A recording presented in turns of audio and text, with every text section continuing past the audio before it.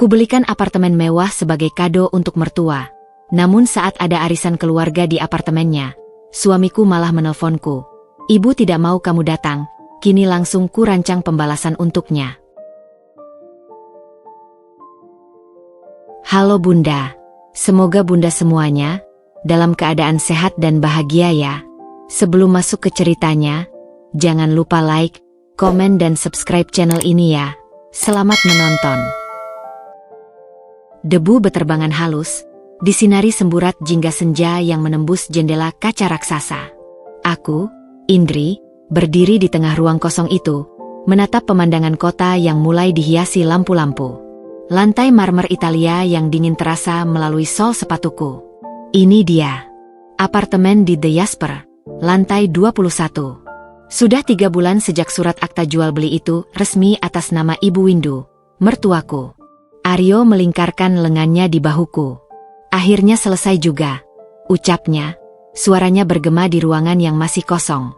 Tapi bukan kebanggaan yang kudengar di nadanya. Ada sesuatu yang lain. Sebuah kelegaan yang terasa berat. Seperti menyelesaikan sebuah kewajiban yang menyita tenaga. Dia pasti terkejut, Ari. Dan senang sekali, kataku, mencoba menyalakan semangat di antara keheningan yang mulai terasa janggal. Pensiunannya dari sekolah, ditambah punya tempat seperti ini di kota. Dia bisa dekat dengan kita, dengan keluarga besar. Aryo hanya mengangguk, matanya tidak lepas dari pemandangan di luar. Iya, semoga.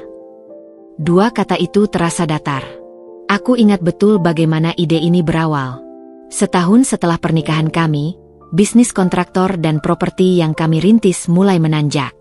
Proyek pertama yang lumayan besar, renovasi sebuah hotel butik, memberikan keuntungan yang tak terduga.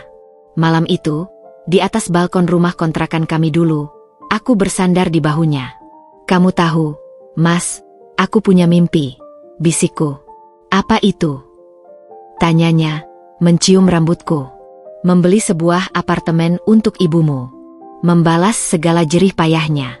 Memberinya sesuatu yang tak pernah dia minta, tapi selalu dia impikan diam-diam.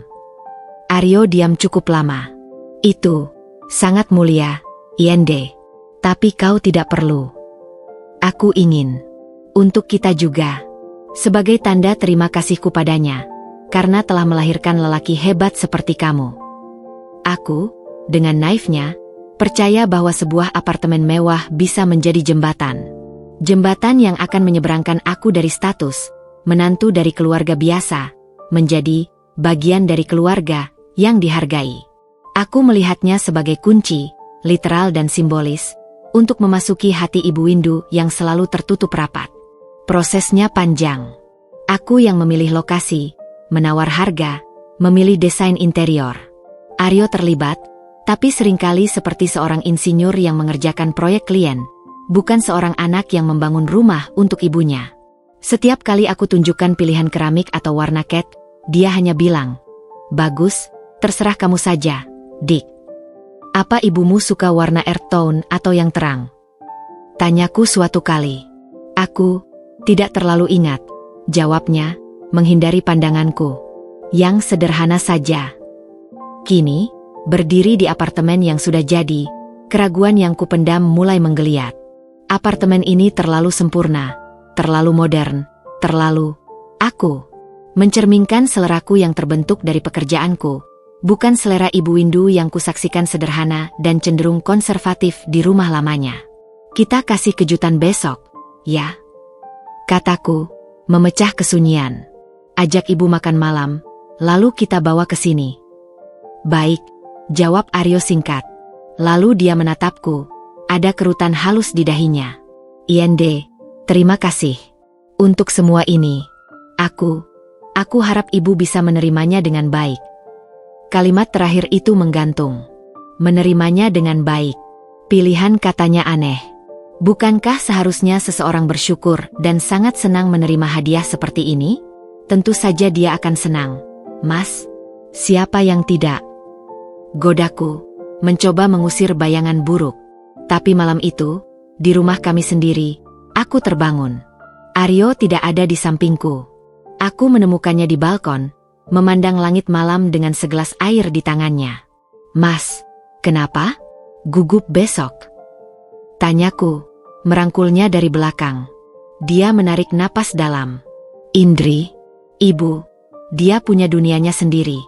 Cara pandangnya sendiri tentang banyak hal. Tentang kita." "Apa maksudmu?" "Maksudku," dia berputar, menatap mataku. Cahaya lampu jalan menerangi separuh wajahnya, menunjukkan kelelahan yang dalam. "Jangan berharap terlalu tinggi. Apartemen ini, biarlah hanya menjadi hadiah. Jangan jadikan ini tiket." "Apa? Tiket untuk apa?" Untuk persetujuannya yang penuh," ujarnya, hampir berbisik. Lalu dia mencium keningku. "Sudah, tidur lagi. Besok hari yang panjang." Dia kembali ke kamar, meninggalkanku sendirian di balkon dengan jantung berdebar kencang. "Tiket? Persetujuan? Bukankah kami sudah menikah? Persetujuan apa lagi yang dia cari?" Aku memandang langit, lalu mataku tertuju ke arah barat, di mana The Jasper berdiri megah. Salah satu jendelanya di lantai 21 adalah milik kami, milik ibu. Sebuah kado dari hati yang tulus. Atau, seperti yang mulai kusadari, sebuah kado dari hati yang keliru. Hati yang percaya bahwa cinta bisa dibeli, penerimaan bisa dibangun dengan marmer dan pemandangan kota, dan bahwa semua tembok akan runtuh oleh sebuah kunci pintu bermerek mewah. Angin malam berembus, membawa hawa dingin. Aku merapatkan selimut rumah di bahuku. Rasa bahagia yang kubayangkan saat menyerahkan kunci itu tiba-tiba tercampur dengan rasa was-wasadan yang tak bisa kuperikan bentuknya. Seolah-olah aku bukan sedang mempersembahkan sebuah rumah, tapi sedang menyalakan sumbu sebuah petasan yang tidak tahu kapan akan meledak, atau seberapa besar dampak ledakannya nanti. 2 minggu setelah penyerahan kunci, aroma ketegangan masih menggantung di udara rumah kami, lebih pekat dari aroma kopi pagi. Ibu Windu menerima apartemen itu dengan sebuah anggukan ketat dan mata yang berkedip-kedip. Lebih karena silau lampu kristal di chandeliernya, pikirku waktu itu, daripada karena haru. "Terima kasih, Aryo, Indri," ucapnya, suaranya datar. Tidak ada pelukan, tidak ada senyum lebar. Hanya tatapan yang menyapu ruangan, seperti seorang inspektur yang mengevaluasi barang bawaan. "Kami ingin ibu betah di sini," kataku, berusaha memecah kebekuan. "Jadi minggu depan, arisan keluarga besar di sini, kan? Biar ibu sekalian kenalan dengan tetangga dan tunjukkan pada keluarga." Ibu Windu mengalihkan pandangannya dari jendela ke arahku. "Arisan? Di sini?" "Ya, Bu. Aku sudah bilang ke Tante Rina dan yang lain. Mereka antusias banget lihat apartemen baru ibu," sahut Aryo dengan cepat, mencoba menyokong gagasanku. Matanya, yang sempit dan tajam, berhenti sebentar di wajah anaknya, lalu kembali padaku. "Kalau begitu, urusannya kamu yang atur, Indri. Tapi ingat, selera keluarga kita sederhana. Jangan yang berlebihan-lebihan." Kalimat itu seperti tamparan halus. Berlebihan. Apakah itu sindiran untuk apartemennya sendiri? Atau untuk diriku? "Tentu, Bu. Sederhana tapi elegan," janjiku, sambil menggigit bibir. Hari-hari berikutnya kubagi antara kantor dan The Jasper. Aku memilih taplak meja linen berwarna gading, bukan sutra yang terlalu kinclong. Bunga pesanku adalah rangkaian gerbera dan hidrangea putih hijau, segar tapi tidak norak. Untuk catering, aku pilih menu Nusantara klasik dengan presentasi modern, menghindari sushi atau canape yang mungkin dianggap asing, dan, wah. Setiap pilihan kumasukkan dalam grup WhatsApp khusus keluarga besar, dengan tag ke Ibu Windu. "Sudah cocok, Bu? Atau, bagaimana kalau warna ini, Bu?" Jawabannya selalu singkat. "Boleh," atau "iya," atau yang paling membuatku frustrasi, "Terserah kamu saja." Aku ingin semua sempurna. Bukan hanya untuk ibu, tapi untuk membuktikan pada diriku sendiri, dan mungkin pada keluarga Aryo yang diam-diam meragukanku, bahwa aku bisa membaur, bisa memahami selera keluarga, bisa menjadi tuan rumah yang baik untuk mertuaku. 3 hari sebelum hari H, teleponku berdering. Nama, Ibu, di layar membuat jantungku berdetak cepat. "Indri," suaranya lancar, tanpa basa-basi. Tolong, untuk bunga-bunga nanti, jangan pesan yang lavender. Aku mengernyit. Lavender, Bu? Aku tidak pesan lavender. Aku pesan hidrangea dan... Aku tahu kau tidak pesan. Tapi kukira perlu kuingatkan. Aku alergi lavender. Bau dan serbuk sarinya langsung bikin pusing dan sesak. Hampir-hampir mati dulu waktu kena. Jadi, pastikan tidak ada lavender sedikit pun di dekat apartemen ini. Ucapan itu diiringi jeda yang disengaja. Sebuah perintah yang sekaligus peringatan. Dan sebuah informasi mendadak tentang alergi yang tidak pernah kudengar sebelumnya. Baik dari ibu maupun dari Aryo. Oh, baik Bu. Pasti tidak akan ada lavender. Aku akan konfirmasi ulang pada florist. Bagus. Dan untuk catering, hindari seafood yang bertempurung. Kepiting, kerang. Banyak keluarga yang punya asam urat. Lagi-lagi, ini baru. Aku melihat daftar menuku. Ada satu item, soto Medan dengan tambahan kerang. Segera ku coret. Sudah aku sesuaikan, Bu. Terima kasih. Oh iya, satu lagi. Percakapan berlangsung 5 menit penuh dengan larangan-larangan dan peringatan, mendadak tentang preferensi dan kesehatan keluarga yang seolah-olah dengan sengaja disembunyikan dariku sampai detik-detik terakhir. Setiap, oh iya, yang diucapkannya terasa seperti jarum kecil yang ditusukkan ke keyakinanku bahwa aku sudah cukup mengenal keluarganya. Saat aku menutup telepon, ada rasa lelah yang berbeda. Ini bukan lagi tentang menyiapkan pesta. Ini seperti menjalani ujian lisan dengan seorang penguji yang terus mengubah-ubah soal. Malamnya, aku berbaring di samping Aryo yang sudah tidur. Aku membelai rambutnya. Mas, bisikku. Kenapa kamu tidak pernah bilang ibumu alergi lavender? Atau tentang pantangan seafood untuk keluarga? Aryo mengerang perlahan, setengah tertidur. Alergi? Iya ya, dulu pernah sekali. Tapi sudah lama. Kurasa tidak relevan. Tapi dia telepon tadi. Spesifik bilang jangan sampai ada. Seperti dia ingin memastikan aku tidak merusak acaranya. Dia membuka satu matanya. IND, jangan bawa-bawa perasaan. Ibu memang perfeksionis. Dia cuma ingin semua lancar. Tidur saja. Tapi aku tidak bisa tidur. Kata-kata Ibu Windu bergema. Aku tahu kau tidak pesan lavender. Lalu, kenapa dia menelepon khusus untuk mengingatkan sesuatu yang tidak akan terjadi? Kecuali itu adalah sebuah pesan. Pesan bahwa dia yang memegang kendali.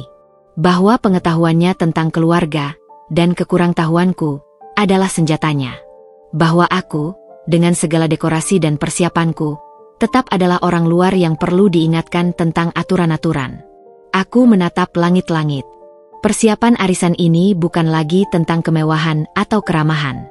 Ini telah berubah menjadi medan perang simbolis. Setiap pilihan bunganya adalah strategi. Setiap menu adalah manuver. Dan aku, dengan tulus ingin menyenangkannya, tiba-tiba merasa seperti seorang tentara yang dikirim ke medan tempur tanpa diberikan peta. Sementara musuh sudah menempati posisi tertinggi dan mengetahui setiap jebakan. Dusta yang kumaksud bukan hanya tentang lavender yang tak pernah ada. Tapi tentang ilusi bahwa usaha dan ketulusanku akan dihargai. Tentang harapanku bahwa apartemen mewah itu akan menjadi fondasi hubungan baru. Ibu Windu, dengan satu telepon, mengingatkanku dengan keras, fondasi itu rapuh. Dan dia memegang remote untuk mengontrol getarannya. Kado itu ada di tangannya, tetapi kendali acara dan posisiku dalam keluarga masih harus diperjuangkan. Dan pertempuran pertama akan terjadi di arisan itu sendiri. Pagi hari arisan, langit Jakarta kelabu. Awan tebal menggantung, seolah mencerminkan kegelisahan yang menggerogoti perutku sejak bangun tidur. Aryo sudah berangkat lebih awal, dengan dalih meeting final dengan kontraktor untuk proyek baru. Kamu yang jadi tuan rumah utama hari ini, Dick. Aku pasti nyamperin kalau meetingnya selesai. Janjinya sambil mencium keningku. Ciumannya terasa singkat dan terburu-buru, matanya menghindari kontak. Tapi, Mas, ini kan acara keluarga besarmu. Kamu harusnya ada di sana dari awal. Protesku lemah. Ibu yang paling penting ada di sana. Aku cuma pendukung. Lagi pula, kamu lebih pinter ngatur acara kayak gini, katanya, sambil meraih jasnya. Sebelum pintu tertutup, dia menoleh sekali lagi. Semangat, ya.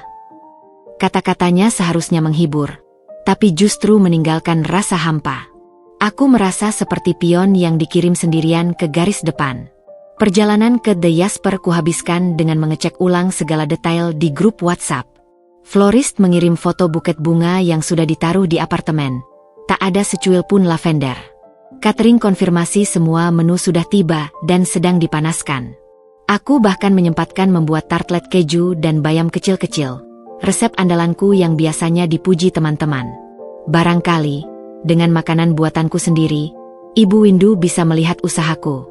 Saat mobil melewati gerbang The Jasper, hujan ringan mulai membasahi kaca. Aku memarkir di basement dan langsung menuju lift menuju lobi. Aku perlu memastikan tanda pengarah dan menyambut tamu yang mungkin datang lebih awal. Lobi The Jasper adalah ruang mahakarya desain modern. Langit-langit tinggi, dinding marmer, sofa desainer tunggal yang terpencar seperti karya seni. Aroma diffuser wangi sandalwood dan vanila menyambut. Saat aku melangkah keluar lift, jantungku berdebar kencang. Ini saatnya. Beberapa tamu sudah datang lebih awal. Tante Rina, adik Ibu Aryo, sedang berdiri dekat resepsionis dengan dua sepupu lainnya. Mereka tertawa lepas, menikmati kemewahan tempat itu. Oh, Indri. Dari tadi kami cari-cari pemilik acara. Sapa Tante Rina ramah. Apartemennya sungguh memukau. Ibu Windu pasti bangga. Terima kasih, Tante. Ibu sudah di atas? Tanyaku, tersenyum. Sudah, dari tadi. Lagi sibuk perintahkan catering atur ulang meja. Katanya kurang pas, sahut salah satu sepupu, dengan senyum yang agak kecut. Kurang pas? Aku sudah atur tata letaknya berdasarkan foto yang kukirimkan kemarin dan dia setujui. Aku akan naik sekarang, kataku, berusaha tenang. Dari keranjang besar di tanganku, kuambil kotak tartlet. Ini cemilan kecil buatanku. Boleh dicoba sambil menunggu. Oh, kamu baik sekali, ujar Tante Rina, menerimanya. Aku membalikkan badan, menuju ban lift. Jari telunjukku sudah mengarah, hendak menekan tombol 21. Detak jantungku mulai beraturan. Ini dia. Aku akan masuk, tersenyum, mengatasi kekurangpasan meja, dan membuktikan bahwa aku bisa menghadapi segalanya. BZZT. Getar dari tas tangan menghentikan langkahku. Aku mengira itu pesan dari catering. Tapi yang muncul di layar adalah foto Aryo tersenyum. Dengan nama, Mas Aryo, berkedip-kedip. Telepon? Kenapa telepon? Dia tahu aku sibuk. Dengan sedikit rasa jengkel, kuangkat. Sayang, sapaku, berusaha tetap riang. Indri. Suaranya. Tidak ada sapaan balik. Tidak ada nada lembut. Hanya satu kata, datar, seperti batu yang jatuh ke kolam tenang. Ya, Mas? Aku di lobi, mau naik nih. Katanya ibu ada masalah dengan tata meja. Indri, ulangnya, lebih tegas. Jangan naik. 4 kata itu. Jangan. Naik. Waktu seakan melambat. Suara tawa dari Tante Rina di belakangku meredam jadi dengung. Cahaya lampu kristal di lobi tiba tua terlalu terang, menyakitkan mata. Apa? Desisku, tak yakin dengan pendengaranku sendiri. Jangan naik ke apartemen. Ulang Aryo, pelan namun terpotong-potong. Seperti setiap kata itu sulit diucapkan. Ibu tidak mau kamu datang ke arisan ini. Ibu tidak mau kamu datang. Kalimat itu menghantam dadaku, menyedot semua udara di paru-paru. Kaki terasa lemas. Aku bersandar pada dinginnya dinding marmer di sebelah lift. Apa maksudmu? Suaraku bergetar, hampir tak terdengar. Aku yang atur semuanya. Aku tahu, potongnya cepat. Suaranya sekarang terdengar berdesir, seperti dia sedang berjalan atau berada di ruangan tertutup. Tapi ini acara keluarga. Ibu bilang, dia ingin suasana keluarga inti saja. Santai, tanpa tekanan. Keluarga inti. 2 kata itu meledak di kepalaku, Maknanya tajam seperti pecahan kaca. Aku memandang ke sekeliling. Di seberang lobi, seorang ibu muda mendorong stroller dengan bayi tertidur. Sebuah keluarga inti. Jadi, aku bukan bagian dari itu? Setelah 5 tahun pernikahan, sebuah apartemen mewah sebagai bukti, usaha mati-matian mempersiapkan segalanya. Aku tetap bukan keluarga inti? Aryo, bisikku, air mata mulai panas di pelupuk mata. Aku istrimu. Aku keluargamu. Bukan maksudnya begitu, Inde. Tapi, kamu tahu ibu. Dia punya caranya sendiri. Setelah apartemen ini, dia merasa mungkin butuh ruang untuk membangun hubungan dengan keluarga besarnya dulu. Tanpa intervensi. Intervensi jadi usahaku, kerja kerasku, dianggap sebagai intervensi? Jadi aku ini apa? Aryo? Event organizer yang bisa dibayar dan lalu disuruh pulang. Suaraku meninggi, tak peduli lagi pada orang di sekitar. SHH, Inde, jangan berteriak, bisiknya panik. Bukan begitu. Pulang saja dulu. Nanti aku yang jelaskan semuanya. Aku janji, setelah ini kita bicara baik-baik dengan ibu. Janji. Janjinya terasa hampa, seperti gema di lobi yang luas ini. Aku menutup mata. Bayangan Ibu Windu di lantai 21, tersenyum ramah pada saudara-saudaranya, menerima pujian untuk apartemen dan arisan yang sempurna. Yang semua itu adalah hasil kerjaku. Sementara aku, orang di balik layar, bahkan tidak diizinkan untuk hadir. Baik, Aryo, akhirnya kukatakan, suaraku datar, tanpa emosi. Aku mengerti. Aku tahu kamu pengertian. Terima kasih, Inde. Nanti aku telepon lagi. Garis sambungan terputus. Aku masih berdiri di sana, menatap layar hitam ponselku, yang memantulkan bayanganku yang buyar. Lift di depanku berbunyi ding. Pintu terbuka. Kosong. Seperti hatiku. Aku bergerak seperti robot. Menekan tombol B untuk basement. Saat aku berbalik, aku berpapasan dengan beberapa bibi dan sepupu jauh Aryo yang baru datang, berparfum kuat dan bersorak riang. Indri, kok dari sini? Udah duluan? Tanya Bibi Sari, dengan muka penuh riasan. Aku menarik napas, memaksakan otot-otot wajahku untuk membentuk sesuatu yang mirip senyum. Aku, ada keperluan mendadak di kantor. Silakan naik, Bibi. Semoga acaranya seru. Mereka melenggang masuk ke lift, percakapan riang mereka terpendam saat pintu menutup. Aku berdiri sendirian, menatap angka di atas pintu lift yang perlahan naik. 15, 18, 21. Ding. Mereka sudah sampai. Di tempat yang seharusnya juga menjadi milikku, setidaknya melalui usaha dan cintaku. Tapi ternyata, kunci apartemen mewah itu bukan kunci untuk masuk. Itu adalah kunci yang mengunciku di luar. Perjalanan pulang dalam hujan yang kini deras terasa seperti mimpi buruk. Air mata akhirnya tumpah, bercampur dengan rintik hujan di kaca mobil. Telepon di lobi itu bukan hanya penolakan. Itu adalah pengumuman resmi. Sebuah deklarasi bahwa dalam peta keluarga Aryo, aku tidak pernah, dan mungkin tidak akan pernah, mendapat tempat di pusat. Aku hanya berada di pinggiran, diizinkan berkontribusi, tetapi tidak diizinkan untuk hadir. Dan Aryo, suamiku, hanya menjadi pesuruh yang menyampaikan keputusan itu. Penjaga pintu yang patuh, yang mengusir istrinya sendiri dari pesta yang seharusnya juga menjadi pestanya. Karma saat ini terasa begitu nyata. Aku membelikan sebuah panggung yang indah dan megah. Tapi perannya justru diberikan pada orang lain. Dan skenarionya ditulis untuk menyingkirkanku dari cerita. Malam itu, hujan masih membasahi jalanan ketika aku tiba di rumah.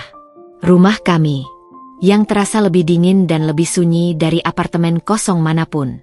Aku melepas sepatu, jas hujan, dan berdiri di tengah ruang keluarga. Lampu-lampu menyala terang, tapi tidak ada kehangatan. Hanya ada gema kehampaan dari telepon di lobi yang masih berdengung di telingaku. Aku tidak menangis lagi. Air mataku sepertinya habis di perjalanan. Yang tersisa adalah sebuah rasa hampa yang besar, seperti lubang hitam di tengah dadaku, menghisap semua emosi kecuali satu, kebingungan yang menusuk. Jam menunjukkan pukul 9 malam ketika kunci berputar di pintu.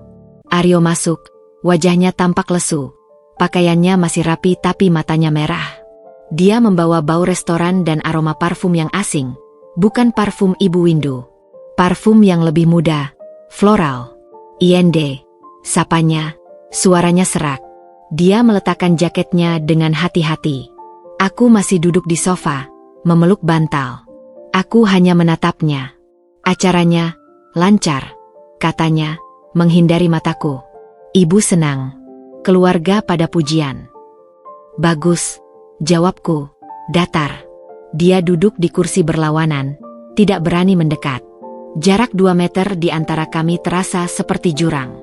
Aku bawa makanan. Kamu pasti belum makan. Dia mengangkat tas kertas dari restoran Thai terkenal. Makanan favoritku. Aku menggeleng. Aku tidak lapar. Indri, tolong. Kenapa, Aryo? Suaraku meledak, memecah kesunyian yang rapuh. Dia terkejut, tubuhnya menyentak. Kenapa dia tidak mau aku datang? Apa salahku? Apa yang salah dari usahaku selama ini? Tanyaku, suara bergetar namun penuh tekanan. Aryo menarik napas dalam, menatap tangannya yang terkepal. Itu bukan tentang kau, Inde. Ini tentang ibu. Dia punya trauma. Trauma? Ulangku, tak percaya. Trauma apa yang harus membuatnya mengusir menantunya dari rumah yang kubelikan untuknya? Bukan rumah, Inde. Itu apartemen. Bantahnya, suaranya juga mulai tinggi. Lalu, dia menunduk lagi. Dengar. Ayah dulu punya istri pertama. Sebelum ibu. Istri pertama itu sangat cantik, sangat pandai bersosialisasi. Setiap ada acara keluarga, dia yang jadi pusat perhatian. Dia yang atur semuanya. Dan dia mempermalukan ibu. Menjatuhkannya di depan semua orang. Menyebarkan gosip bahwa ibu hanya pelarian, bahwa ibu tidak pantas. Dia berhenti, napasnya berat. Ibu trauma, Inde. Melihat kau mengatur segalanya, begitu sempurna, begitu percaya diri, itu membangkitkan ingatannya. Dia merasa terancam, seperti akan diambil alih lagi.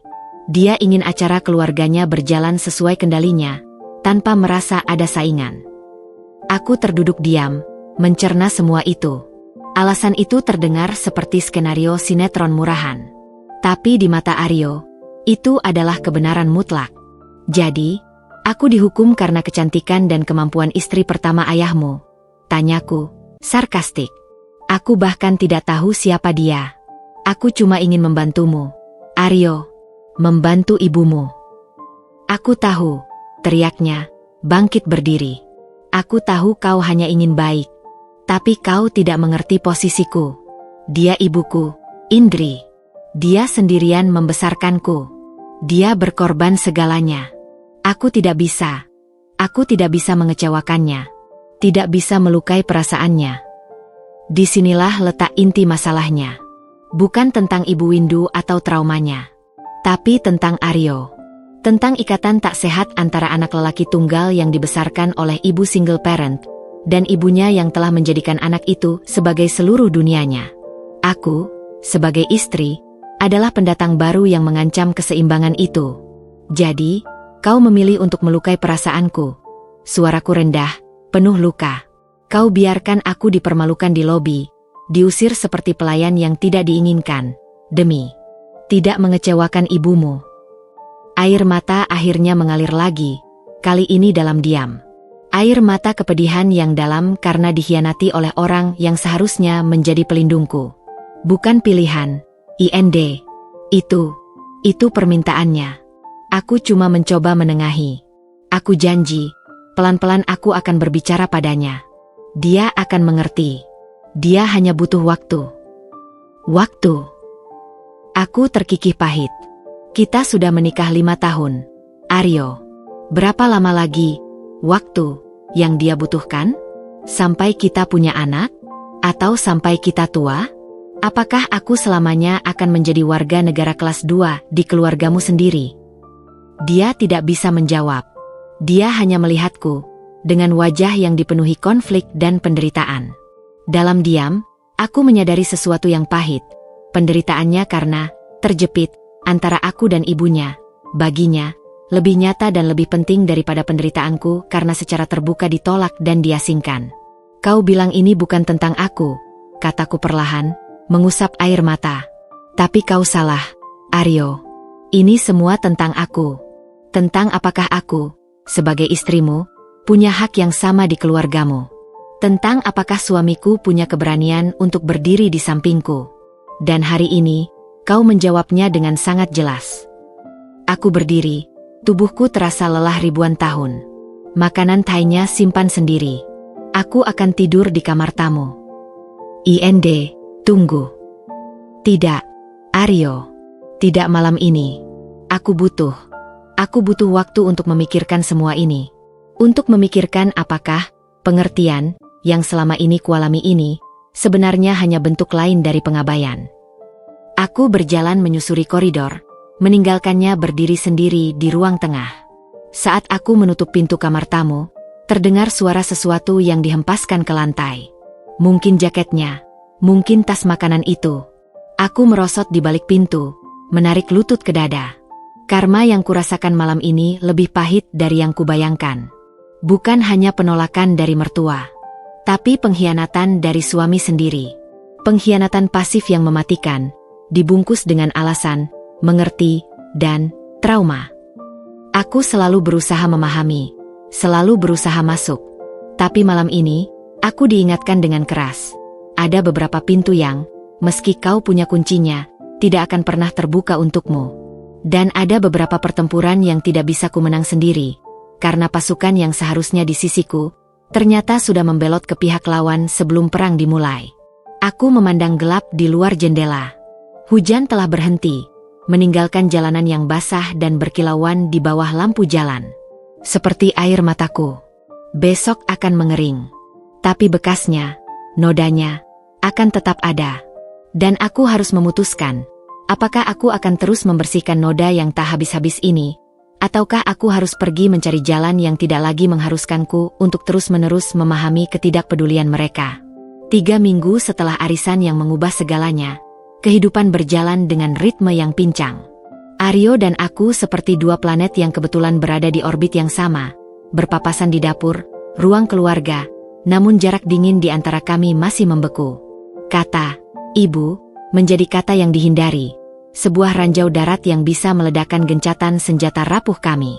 Tapi bisnis harus terus berjalan. Perusahaan properti kami, Indaro Properties, sedang mengejar proyek besar, renovasi dan rebranding sebuah mall tua di kawasan Mangga 2 menjadi pusat bisnis dan lifestyle. Proyek ini bisa menjadi lompatan besar. Aku fokus pada desain interior dan presentasi klien, sementara Aryo menangani negosiasi dengan kontraktor dan supplier. Suatu Senin pagi, Aryo terburu-buru bersiap. Meeting dengan Rendra pagi ini di The Jasper, katanya sambil mengikat dasi. Rendra adalah sepupu Aryo, anak dari kakak ibu Windu, yang punya perusahaan supplier material bangunan besar. Meeting di The Jasper? Kenapa tidak di kantor? Tanyaku, berusaha tenang. Rendra kebetulan ada janji di sekitar sana. Lebih praktis, dan ibu juga ingin nimbrung. Dia punya insight tentang selera pasar untuk konsep kita. Jawabnya cepat, menghindari tatapanku. Aha, ibu ingin nimbrung. Di apartemen pemberianku. Oke, kataku singkat, memilih untuk tidak memulai pertengkaran. Tapi instingku berdenyut keras. Sepanjang hari, fokusku buyar. Aku tahu Rendra. Dia licik dan sangat dipengaruhi bibinya, Ibu Windu. Apa yang bisa dibicarakan 3 orang itu tanpa kehadiranku? Sebagai partner bisnis dan pemilik ide konsep? Sore harinya, aku, kebetulan, ada janji dengan klien di daerah Kuningan, tak jauh dari The Jasper. Setelah pertemuan selesai, bukannya pulang, aku menyetir ke arah apartemen. Jantung berdebar kencang. Aku memarkir di basement yang berbeda, lalu naik lift ke lantai 21 dengan perasaan campur aduk antara penasaran dan kecemasan. Aku tidak berencana mengetuk. Aku hanya ingin mendengar, melihat. Apartemen mewah ini punya balkon yang memanjang, dan pintu kaca ke balkon sering terbuka untuk udara. Jika mereka meeting di ruang tamu yang luas dan pintu balkon terbuka, mungkin saja suara mereka terdengar dari koridor. Saat lift terbuka, koridor sepi. Aku melangkah pelan, mendekati pintu apartemen Ibu Windu. Dan benar, suara samar-samar terdengar. Pintu balkon memang terbuka. Aku bersembunyi di sudut di dekat pintu tangga darurat, cukup dekat untuk mendengar potongan-potongan percakapan. Suara Ibu Windu yang tegas dan berwibawa jelas terdengar. "Rendra, kamu harus pastikan suplai marmernya dari sumbermu itu. Harga yang kamu tawarkan ke Indaro nanti, naikkan 15%. Aryo akan setuju. Tapi, Bu, kalau harganya beda jauh dari proposal awal, Indri pasti tahu. Dia yang urus budget detail," sahut suara Rendra. "Indri tidak perlu tahu detail teknis sampai semuanya sudah disetujui Aryo," potong Ibu Windu. "Aryo, anakku, kamu harus lebih tegas. Kamu yang CEO, bukan dia. Biarkan dia urus gambar-gambar dan warna saja. Urusan uang dan kontrak, kamu yang pegang. Apalagi dengan proyek sebesar ini." Ada hening sebentar. Lalu suara Aryo, lemah dan ragu. "Tapi Ibu, Indri jago dalam hal itu. Dia yang selalu teliti. Teliti sampai mengontrol segalanya," sergah Ibu Windu. "Lihat apartemen ini. Semua sesuai seleranya, bukan?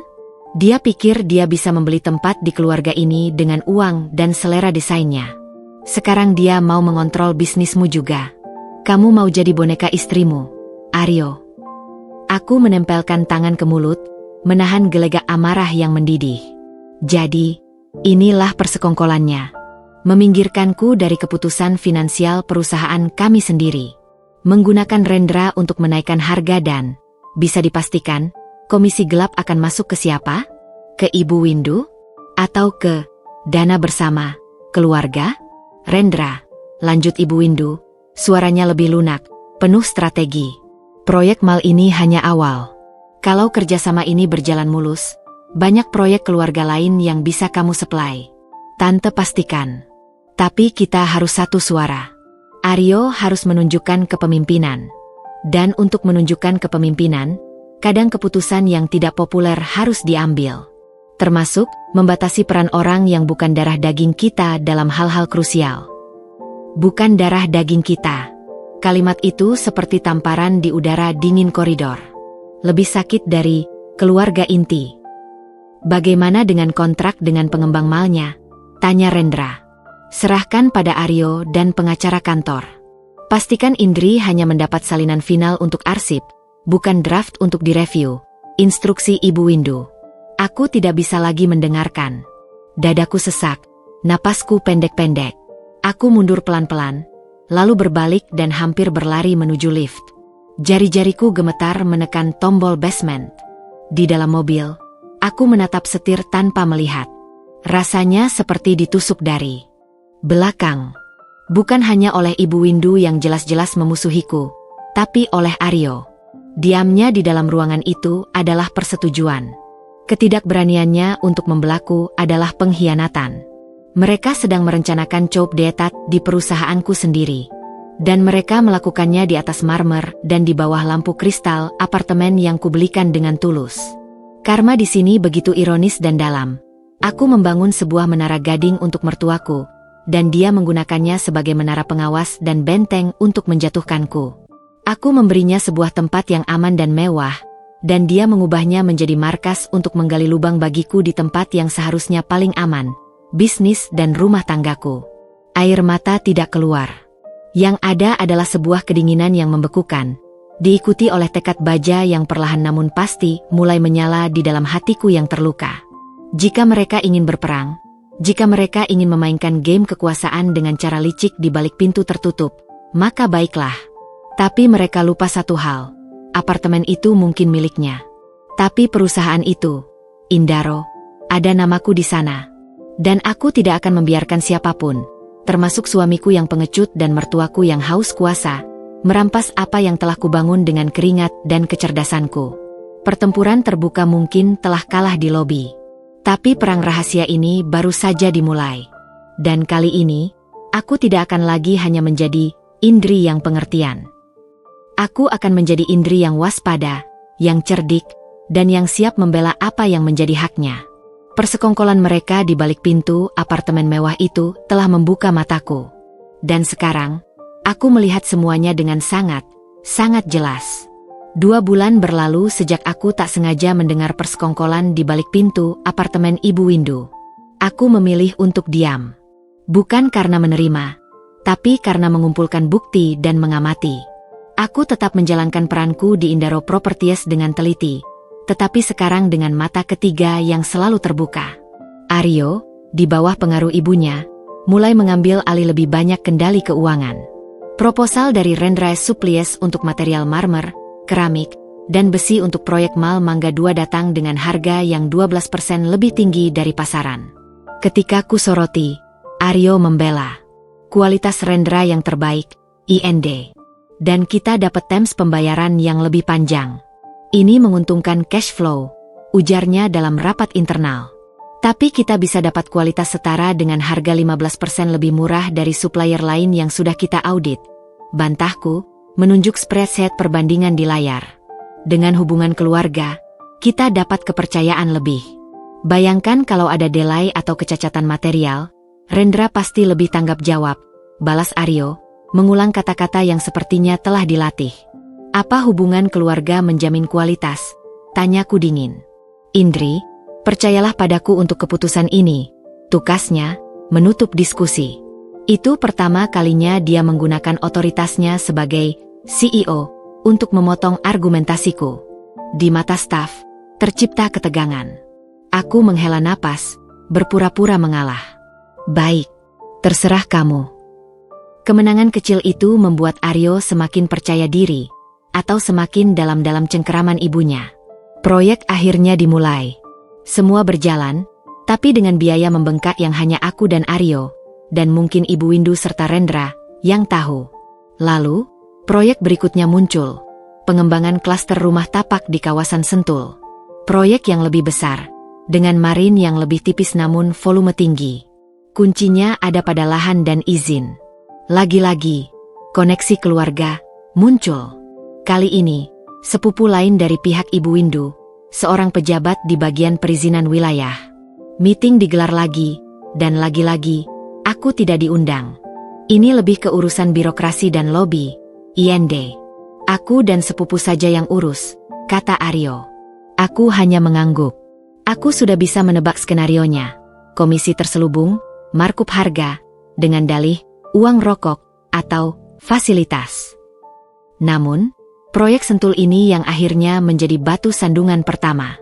Suatu Jumat sore, manajer proyek kami, Pak Handoko, masuk ke ruanganku dengan wajah pucat. Bu Indri, ada masalah. Lahan di Blok C yang kemarin sudah kita bayar DP-nya, ternyata statusnya sengketa. Bagaimana bisa? Tanyaku, jantung berdebar. Kan sudah kita cek legalitasnya, semua clean. Memang dari dokumen bersih. Tapi ternyata ada gugatan warisan dari ahli waris lain yang tidak tercatat di sertifikat awal. Keluarga penjualnya ternyata memendam masalah internal. Sekarang, ahli waris yang baru muncul ini minta ganti rugi yang sangat besar, atau pembatalan transaksi. Aku segera memeriksa berkas. Semua proses pembelian lahan ini ditangani langsung oleh Aryo dan koneksi sepupunya. Aku tersentak.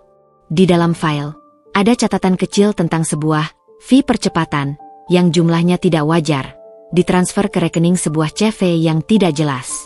Tidak ada info resmi. Aryo tahu ini? Tanyaku pada Pak Handoko. Sudah saya laporkan ke Pak Aryo tadi pagi. Beliau bilang akan urus dengan sepupunya. Tapi sampai sekarang belum ada kejelasan. Kontraktor kita sudah mau masuk, Bu. Setiap hari delay, burn rate kita tinggi. Aku menelepon Aryo. Tak diangkat. Ku coba lagi. Baru ditelepon ketiga dia menjawab, suara terdengar stres. IND, aku sedang urus ini. Urus bagaimana? Kenapa bisa sampai ada sengketa yang tidak terdeteksi? Apa karena kita terlalu tergesa-gesa karena mau ikut program tertentu? Tanyaku, tidak bisa menyembunyikan sarkasme. Jangan mulai dengan itu sekarang. Ini bukan salah siapa-siapa. Masalah hukum bisa muncul ke permukaan kapan saja. Tapi ada fee percepatan 500 juta ke CV aneh-aneh di berkas ini. Aryo, itu uang perusahaan. Dia itu koneksi yang kuat. Itu untuk memastikan semua lancar. Bentaknya. Lancar? Sekarang lahan kita dikunci pengadilan. Aryo, itu bukan lancar. Itu justru buntunya di kita. Dia menghela napas panjang. Aku akan ke pengadilan besok dengan pengacara dan sepupu. Kami akan coba damai. Damai dengan bayar lagi? Tanyaku sinis. Aku tidak tahu. Pokoknya percayakan ini padaku. Dia menutup telepon. Aku terduduk lemas. Proyek Sentul adalah proyek terbesar kami. Jika gagal, bukan hanya rugi material, tetapi juga reputasi. Bank sudah memberikan pinjaman berdasarkan proyek ini. Jika terhenti, cicilan akan membebani cash flow perusahaan secara drastis. Dalam 2 hari, kabar buruk beruntun datang. Partner joint venture kami, yang diajak karena modal besar mereka, menarik diri karena mendengar isu sengketa. Supplier material, yang melihat ada gejolak, mulai menagih lebih ketat. Sementara, uang perusahaan sudah banyak terkuras untuk DP lahan, fee percepatan, dan pembayaran awal kontraktor. Aryo pulang larut malam dengan wajah hancur. Pertemuan damai gagal. Ahli waris yang baru muncul menuntut ganti rugi 3 kali lipat dari harga beli, atau mereka akan membawa ke pengadilan yang prosesnya bisa bertahun-tahun. Kita tidak punya pilihan. Harus bayar, katanya, lesu. Dengan uang apa, Aryo? Cash flow kita untuk operasional proyek ini sudah di ujung tanduk. Aku akan bicara dengan ibu. Mungkin apartemennya bisa diagunkan untuk pinjaman darurat. Apartemennya. Sekali lagi, apartemen mewah yang menjadi sumber awal semua masalah ini, akan dijadikan solusi? Tapi kali ini, bukan untuk kebaikan, tapi untuk menambal lubang yang dibuat oleh keserakahan dan kelicikan, koneksi keluarga, yang dia dan ibunya percayai. Aku memandangnya, lelaki yang dulu kukagumi ketekunannya, kini terlihat seperti anak kecil yang tersesat. Apakah kamu tidak melihat polanya, Aryo? Kataku pelan, tanpa amarah lagi, hanya kepedihan. Setiap kali kita mengambil jalan pintas melalui koneksi keluarga, ibu, kita selalu membayar lebih mahal. Baik secara finansial, maupun secara integritas. Dan sekarang, kita akan kehilangan lebih banyak lagi. Dia memejamkan mata. Mereka keluarga, IND. Mereka tidak mungkin sengaja menjerumuskan kita. Tapi kenyataannya, kita terjun bebas, Aryo. Dan Ibu MU beserta keluarga intinya, berada di daratan, menyaksikan kita jatuh. Karma dalam bab ini terasa begitu adil dan pahit. Bisnis yang kami bangun dengan susah payah, mulai tergelincir bukan karena persaingan ketat, tetapi karena bom waktu yang kami tanam sendiri saat kami memilih mengabaikan prinsip bisnis yang sehat untuk memuaskan hasrat seorang ibu akan kekuasaan dan pengakuan di dalam keluarganya. Aku melihat spreadsheet yang menunjukkan garis merah di mana-mana. Proyek Mangga 2 masih berjalan, tapi marginnya sudah tipis sekali karena harga material yang dinaikkan.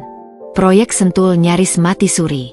Dan Aryo, alih-alih belajar dari kesalahan, justru ingin menggali lubang yang lebih dalam dengan menggadaikan apartemen itu. Ketergelinciran ini bukan hanya finansial. Ini adalah erosi kepercayaan terakhirku pada kepemimpinan Aryo. Dia telah membawa perusahaan ke tepi jurang karena tidak bisa berkata tidak pada ibunya dan pada keluarga intinya yang penuh kepentingan. Malam itu, sementara Aryo terlelap karena kelelahan dan stres, aku masih terbangun. Di depan laptop, aku membuka folder rahasia di cloud. Aku mulai mendokumentasikan semuanya. Email-email persetujuan Aryo atas harga rendra yang tidak wajar, catatan transfer, fee percepatan, untuk proyek Sentul, bahkan rekaman suara diam-diam, yang ku ketahui legal untuk kepentingan pribadi dalam kasus tertentu, dari percakapanku dengan Aryo yang mengakui tekanan dari ibunya. Bisnis mungkin tergelincir, tapi aku tidak akan terjatuh bersamanya tanpa perlawanan. Jika apartemen itu akan menjadi alat untuk menyelamatkan perusahaan, maka aku harus memastikan bahwa penyelamatan itu juga berarti mengambil kembali kendali dari tangan-tangan yang salah.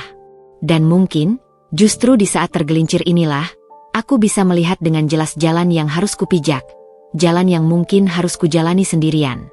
Hujan gerimis menemani perjalananku ke The Jasper. Bukan untuk arisan, bukan untuk konfrontasi. Kali ini, aku punya alasan yang tampak logis. Mengecek kebocoran air di unit lantai 22 yang dilaporkan oleh manajemen, yang berpotensi mempengaruhi plafon apartemen Ibu Windu di lantai 21. Sebagai salah satu pemilik, secara tidak langsung, melalui perusahaan, aku berhak memeriksanya. Setidaknya, itulah dalih yang kusiapkan. Tangan sedikit berkeringat saat menekan tombol lift. Aku mengenakan jeans dan blazer kasual, berusaha terlihat seperti sedang bekerja. Tujuanku sederhana, ingin melihat apartemen itu dalam keadaan normal, tanpa pesta. Ingin merasakan energi ruang yang telah menjadi markas konspirasi melawanku. Dan, siapa tahu, mungkin menemukan sesuatu. Lift terbuka di lantai 21. Koridor sunyi, hanya diselingi derum AC sentral. Aku berjalan pelan mendekati pintu apartemen ibu. Dari balik pintu, terdengar suara samar-samar. Bukan suara Ibu Windu sendiri. Suara yang lebih muda, riang, dan akrab. Aku mengenalinya dari suatu tempat. Tanpa ragu lagi, karena toh aku punya alasan resmi, aku menekan bel. Dering bel yang merdu bergema. Suara di dalam tiba-tiba berhenti. Lalu, langkah kaki mendekat. Pintu terbuka, dan di sana berdiri Ibu Windu, dengan ekspresi terkejut yang langsung berubah dingin. "Indri, ada apa?" "Siang, Bu. Maaf mengganggu. Manajemen apartemen menghubungi. Ada laporan kebocoran dari unit di atas. Mereka ingin saya, mewakili kepentingan pemilik, izin untuk cek kondisi plafon di sini sekalian. Untuk memastikan tidak ada kerusakan," jawabku dengan kalimat yang sudah kulan dari bawah. Matanya menyipit, penuh curiga. "Kebocoran? Tidak ada tanda-tanda apa-apa di sini." "Itu bagus, Bu. Tapi untuk berjaga-jaga dan dokumentasi, lebih baik kita cek.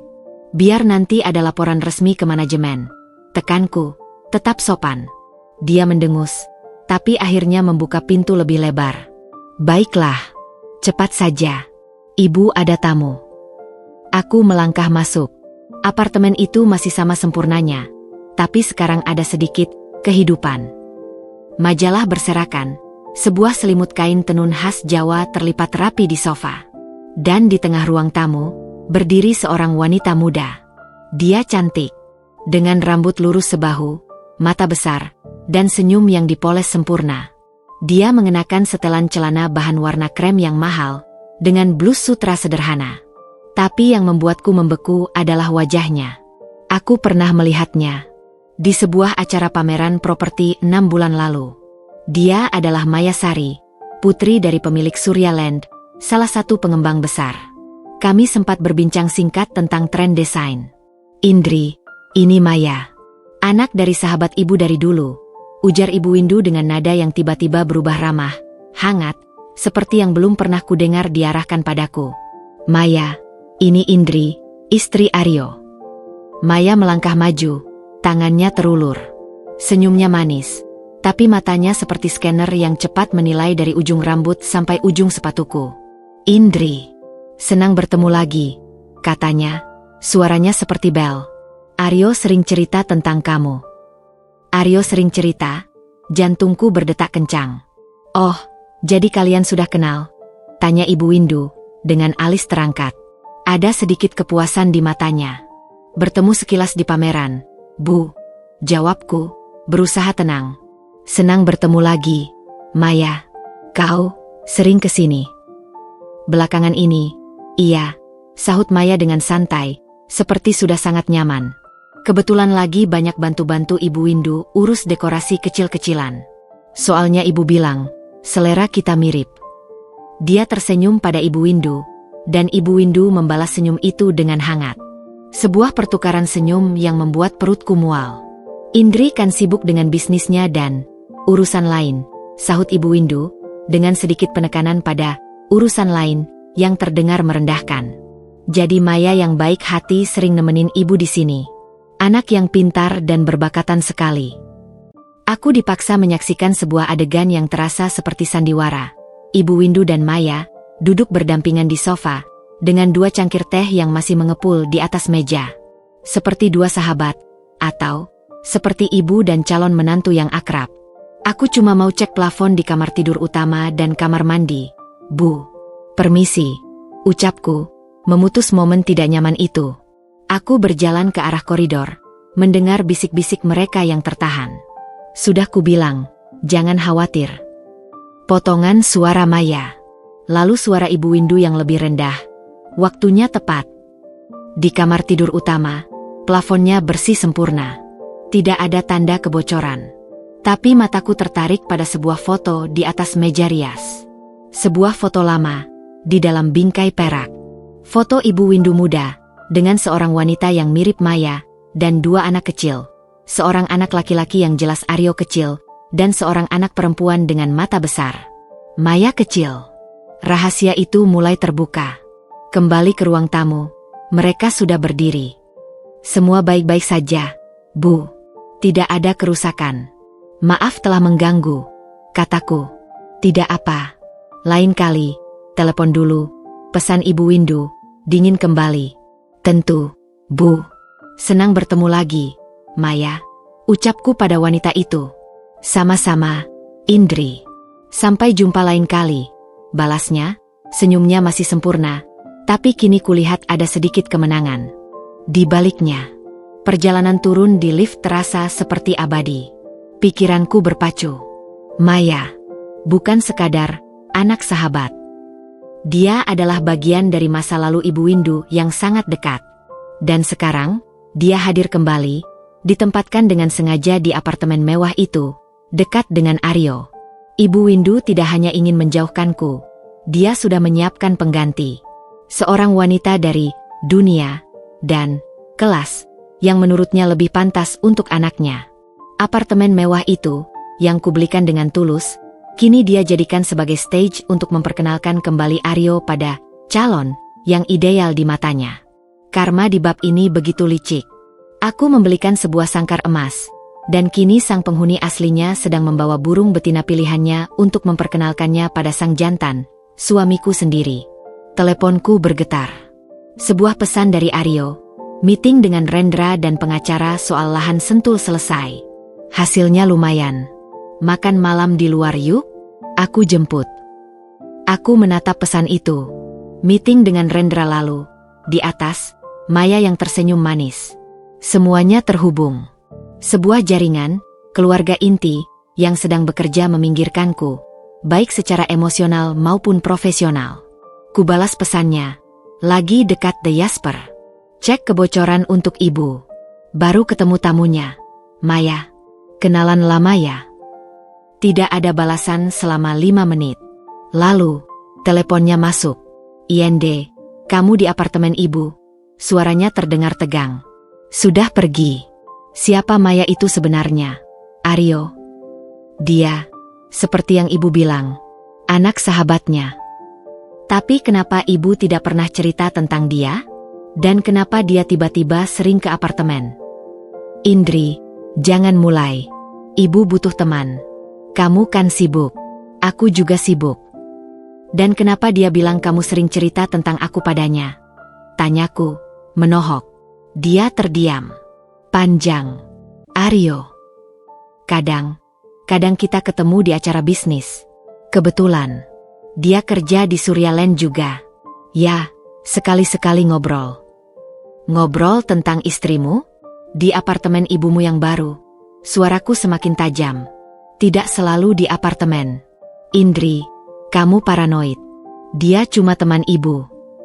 Tapi nada suaranya, yang defensif dan terburu-buru, mengatakan hal yang berbeda. Tamu tak diundang ini bukanlah tamu biasa. Dia adalah bagian dari strategi. Sebuah rahasia yang terbuka dengan sendirinya karena aku, kebetulan, datang. Aku memutuskan untuk mengakhiri telepon. Aku akan pulang sendiri. Makan malammu dengan ibu dan temannya saja. Rahasia Maya telah terungkap. Dan ini mengubah segalanya. Ini bukan lagi sekadar konflik menantu mertua. Ini adalah perang untuk mempertahankan pernikahanku. Dan musuhku tidak hanya duduk di lantai 21 The Jasper. Dia juga mungkin telah menyusup ke dalam kepercayaan dan kehidupan sosial suamiku, dengan restu penuh dari sang ibu. Apartemen mewah itu telah menjadi lebih dari sekadar hadiah. Ia telah menjadi panggung, sekaligus hadiah, untuk wanita lain. Stres akibat proyek Sentul yang macet dan penemuan keberadaan Maya seperti dua sisi mata uang yang sama-sama menusuk. Aku memutuskan untuk tidak lagi bereaksi secara emosional. Sebaliknya, naluriku untuk bertahan hidup, baik secara finansial maupun marital, berkata, kumpulkan data. Aku mulai dengan cara yang paling legal dan tanpa risiko, melalui sahabat karibku, Siska, yang bekerja sebagai relationship manager di salah satu bank besar tempat perusahaan kami, Indaro Properties, dan juga aku serta Aryo secara pribadi, memiliki beberapa rekening dan fasilitas kredit. Kami bertemu di sebuah kafe yang sunyi, jauh dari lingkungan kantor. SIS, aku butuh bantuan. Aku butuh lihat riwayat agunan untuk fasilitas kredit perusahaan dan pribadi kita beberapa bulan terakhir. Pintaku langsung to the point setelah kami duduk. Siska mengernyit. IND, itu konfidensial. Aku bisa dipecat. Aku tahu. Dan aku tidak akan meminta ini jika ini bukan soal hidup mati. Aryo dan ibunya, mereka sedang melakukan sesuatu di belakangku. Proyek Sentul collapsing. Aku khawatir mereka sudah menggadaikan aset kita tanpa sepengetahuanku. Aku cuma butuh konfirmasi. Apakah ada penambahan agunan baru, khususnya menggunakan sertifikat rumah kita di Pondok Indah atau apartemen The Jasper? Wajah Siska berubah serius. Dia mengenalku dan Aryo sejak awal kami merintis bisnis. Dia tahu seberapa besar keringat yang kucurahkan. Ini berisiko besar, IND. Aku tahu, tapi aku janji, ini hanya untuk pengetahuan pribadiku. Aku tidak akan membuatmu terlibat. Cukup katakan, ada, atau tidak ada. Jika ada, aku akan cari cara lain untuk dapat dokumen resminya. Dia berpikir sejenak, lalu mengangguk pelan. Aku tidak bisa janji sekarang, tapi akan aku usahakan. 2 hari berlalu seperti 2 tahun.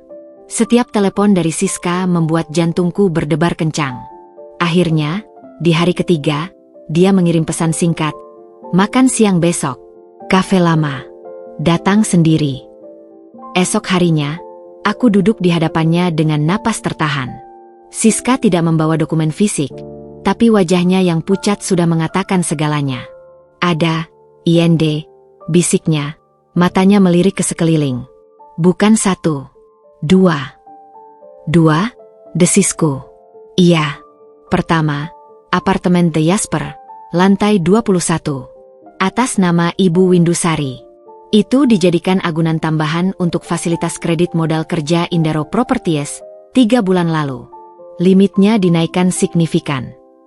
Itu bisa saja untuk menutupi cash flow proyek Mangga 2 yang membengkak, pikirku. Tapi yang kedua, Siska menelan ludah. Sertifikat rumah kalian di Pondok Indah, yang atas nama kamu dan Aryo bersama. Itu, dijaminkan juga. Dunia berputar. Untuk apa? Pinjaman apa? Pinjaman pribadi. Atas nama Aryo Pratama saja. Jumlahnya, besar, IND. Sangat besar. Cair sekitar 2 bulan lalu. 2 bulan lalu. Waktu itu Aryo bilang sedang mengurus dana talangan untuk menutupi kekurangan di proyek Sentul dari investor pribadi. Ternyata, dia menggadaikan rumah kami. Apakah ada persetujuanku? Tanda tanganku? Tanyaku, suara bergetar. Siska memandangku dengan penuh kasihan. Dari sistem, dokumen yang ada hanya surat kuasa mutlak dari kamu kepada Aryo untuk mengelola seluruh aset, termasuk properti. Tanda tanganmu ada di sana. Aku tidak pernah menandatangani surat kuasa mutlak seperti itu, tapi itu pemalsuan.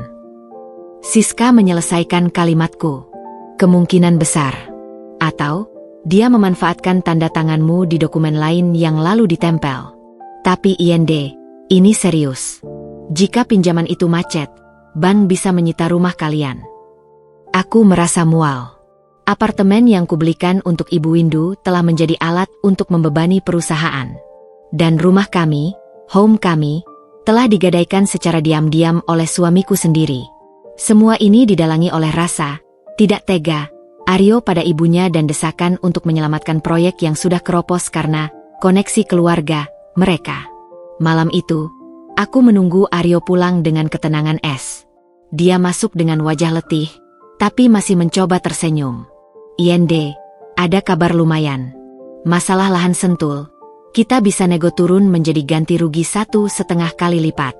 Masih besar, tapi..." "Aryo," potongku, suaraku datar, memotong laporan sukacita palsunya. "Kamu sudah menggadaikan rumah kita." Senyum di wajahnya langsung menghilang, digantikan oleh wajah pucat dan mata yang membelalak. Dia tercekat. Apa yang kamu bicarakan?" "Sertifikat rumah Pondok Indah. Kamu jadikan jaminan untuk pinjaman pribadi 2 bulan lalu. Untuk menutupi lubang Sentul yang bukan salah kita sepenuhnya. Tapi karena kecerobohan, koneksi, ibumu." Dia terdiam, lalu tubuhnya lunglai di kursi makan. Kepalanya menunduk, tersembunyi di antara kedua tangannya. Aku tidak punya pilihan, Yende," suaranya parau, tertahan. "Proyek itu akan runtuh. Kalau runtuh, kita bangkrut." Ibu bilang, dia bisa bantu. Apartemennya bisa diagunkan. Tapi prosesnya lama. Butuh surat ini itu. Sedangkan dana darurat butuh cepat.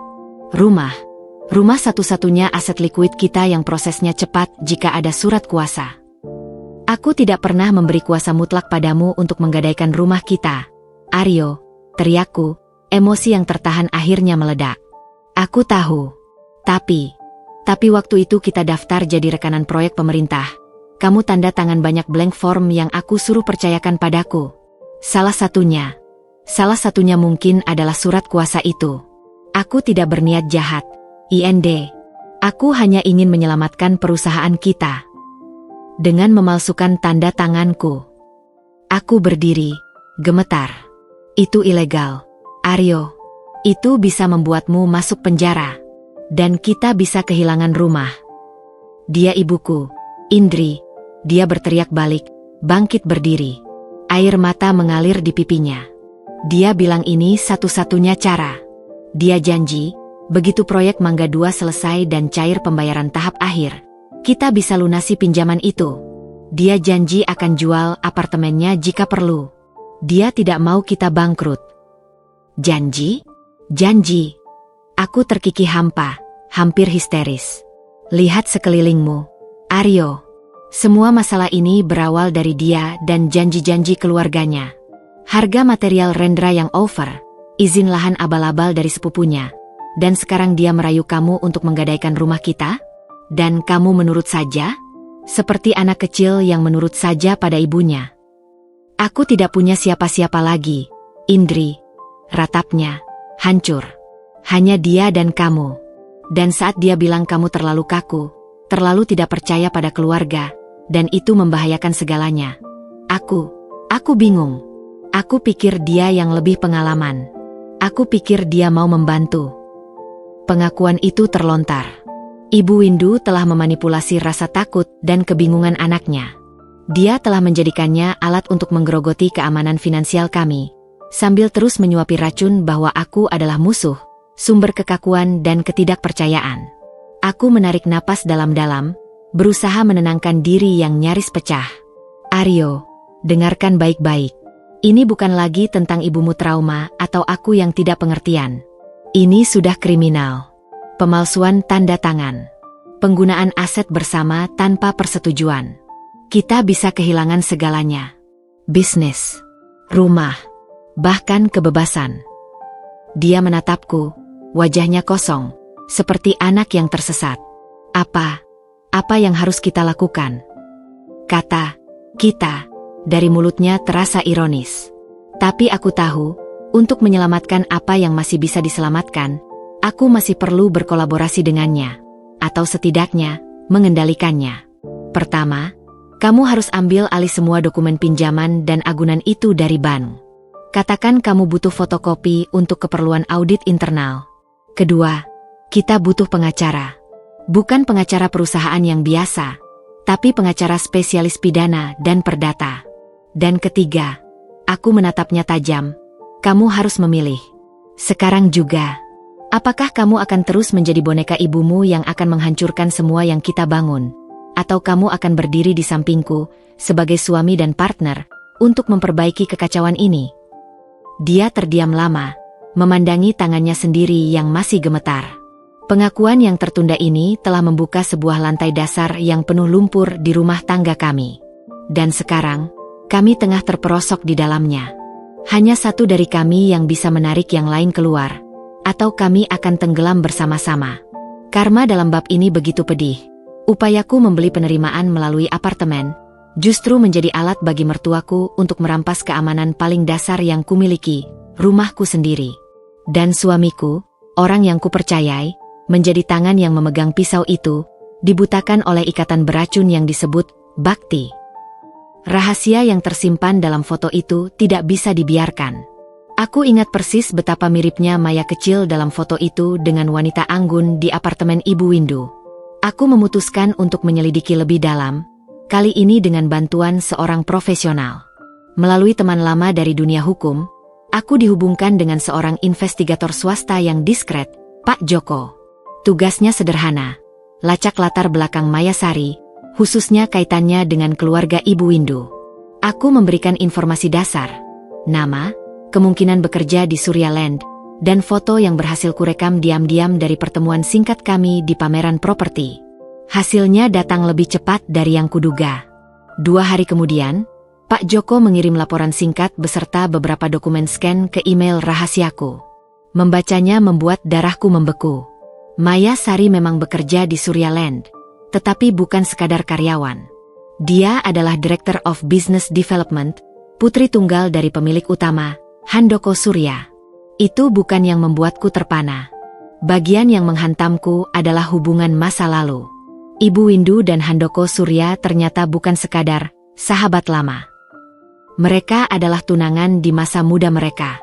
Pertunangan itu putus karena keluarga Handoko yang lebih kaya meragukan status keluarga Ibu Windu dan mendesak Handoko untuk menikah dengan wanita pilihan mereka. Ibu Windu, yang saat itu sudah hamil, Aryo, kemudian menikah dengan ayah Aryo, seorang guru biasa, dalam situasi yang terburu-buru dan penuh stigma. Handoko merasa bersalah, tetap menjalin komunikasi diam-diam dengan Ibu Windu. Dia bahkan diam-diam membantu biaya pendidikan Aryo di sekolah swasta terbaik. Maya, anak Handoko dari pernikahannya, sejak kecil sering diajak berkunjung ke bibinya, Ibu Windu, dan tumbuh dekat dengan Aryo, seperti saudara sepupu. Mereka bahkan satu sekolah untuk beberapa tahun. Namun, ketika Aryo memutuskan untuk menikahiku, seorang wanita biasa yang dikenalnya di bangku kuliah, bukan dari kalangan elit bisnis properti, Ibu Windu merasa kecewa berat. Dalam pandangannya, ini adalah kesempatan yang terbuang untuk menyatukan kembali dua keluarga dan merebut kembali tahta yang dulu direnggut darinya. Pernikahan kami adalah pengkhianatan terhadap mimpinya untuk mengembalikan kehormatan dan kekayaan keluarga melalui Aryo. Dokumen itu juga menunjukkan sesuatu yang lebih terkini.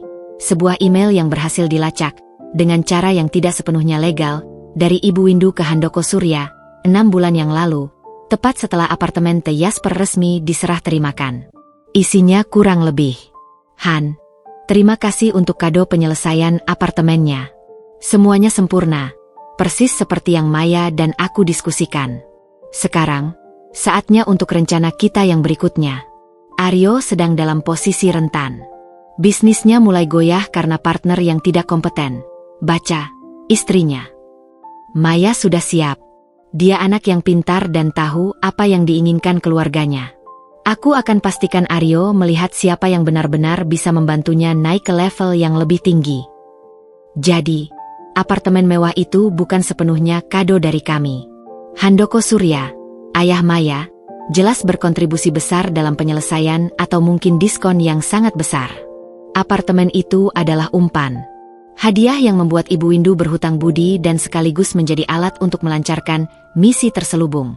Memasangkan Aryo dengan Maya dan menyatukan dua keluarga dan dua bisnis properti yang menurutnya seharusnya memang bersatu.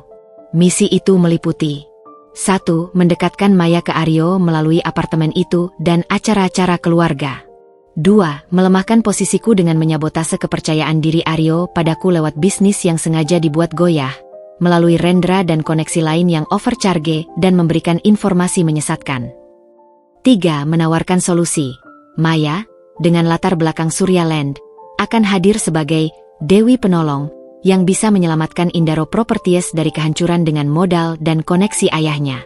Semuanya rapi, beracun, tapi logis dalam pola pikir Ibu Windu yang penuh dendam dan ambisi. Aku duduk terdiam, laporan itu terbuka di laptopku. Rasanya seperti membaca skenario film thriller, tapi ini adalah hidupku. Suamiku adalah target dari sebuah operasi penyelamatan sekaligus pengambil alihan yang dirancang oleh ibunya sendiri. Karma di sini mencapai tingkat ironi yang hampir menggelikan. Aku membelikan apartemen mewah sebagai simbol cinta dan terima kasih. Tapi apartemen itu ternyata juga menjadi bagian dari paket dowry untuk calon penggantiku dari keluarga yang menurut mertuaku lebih pantas. Aku secara tidak sadar ikut membiayai konspirasi untuk menggantikan diriku sendiri. Malam itu, saat Aryo pulang dengan wajah masih muram karena urusan pinjaman rumah, aku tidak langsung konfrontasi tentang Maya. Aku butuh strategi. Mas, panggilku lembut, menyajikannya teh. Kamu ingat masa kecil kamu? Punya teman dekat selain sepupu-sepupu? Dia terkejut dengan pertanyaan itu. Kenapa tanya-tanya begitu? Iseng. Pengen tahu masa kecil kamu yang jarang kamu ceritain. Dia menghela napas. Dulu, ada sih. Satu. Anak dari teman ibu. Namanya Maya. Tapi dia pindah ke Singapura waktu kita SMP. Kenapa? Dia berbohong atau Ibu Windu telah memberinya narasi yang berbeda. Oh, cuma itu saja? Tidak pernah ketemu lagi? Enggak. Hilang kontak. Ibu bilang keluarganya pindah usaha ke luar negeri. Dia menyeruput tehnya, menghindari tatapanku. Lagi-lagi Maya. Kamu masih visasi sama dia ya? Dia cuma teman ibu. Aku tersenyum tipis. Iya, mungkin aku salah sangka. Tapi dalam hati, ada kepastian yang mengeras. Aryo mungkin tidak sepenuhnya tahu misi sebenarnya, tapi dia telah dibohongi tentang siapa Maya sebenarnya. Dia adalah pion yang tidak sadar dalam permainan ibunya dan keluarga Surya. Dan ini mengubah segalanya. Musuhku bukanlah Maya. Dia hanya produk dari ambisi orang tuanya. Musuhku adalah Ibu Windu dan dendam masa lalunya yang telah mengorbankan kebahagiaan anaknya sendiri. Dan musuh yang paling berbahaya adalah kebodohan Aryo sendiri, ketidakmauannya untuk melihat kebenaran yang pahit. Misi terselubung ini harus dihentikan. Tapi aku tidak bisa menyerang langsung. Aku harus membeberkan kebenaran ini dengan cara yang membuat Aryo tidak punya pilihan lain selain percaya. Dan untuk itu, aku butuh lebih dari sekedar laporan investigator. Aku butuh bukti yang tak terbantahkan, yang bisa kuperoleh dari satu-satunya tempat di mana semua konspirasi ini berlangsung.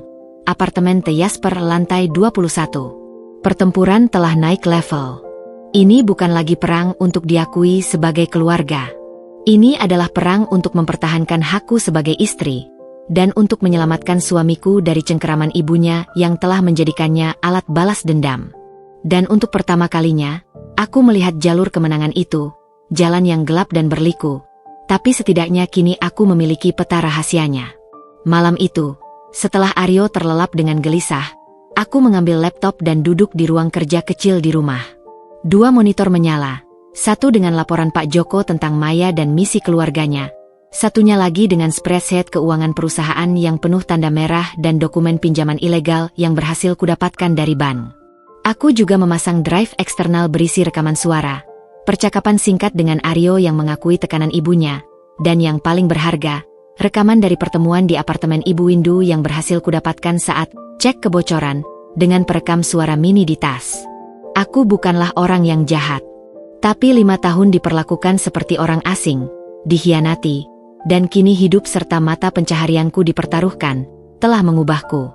Aku sekarang adalah Indri yang tegas, yang terluka, dan yang punya sesuatu untuk dipertahankan. Esok paginya, aku bangun lebih awal. Aku menyiapkan sarapan seperti biasa.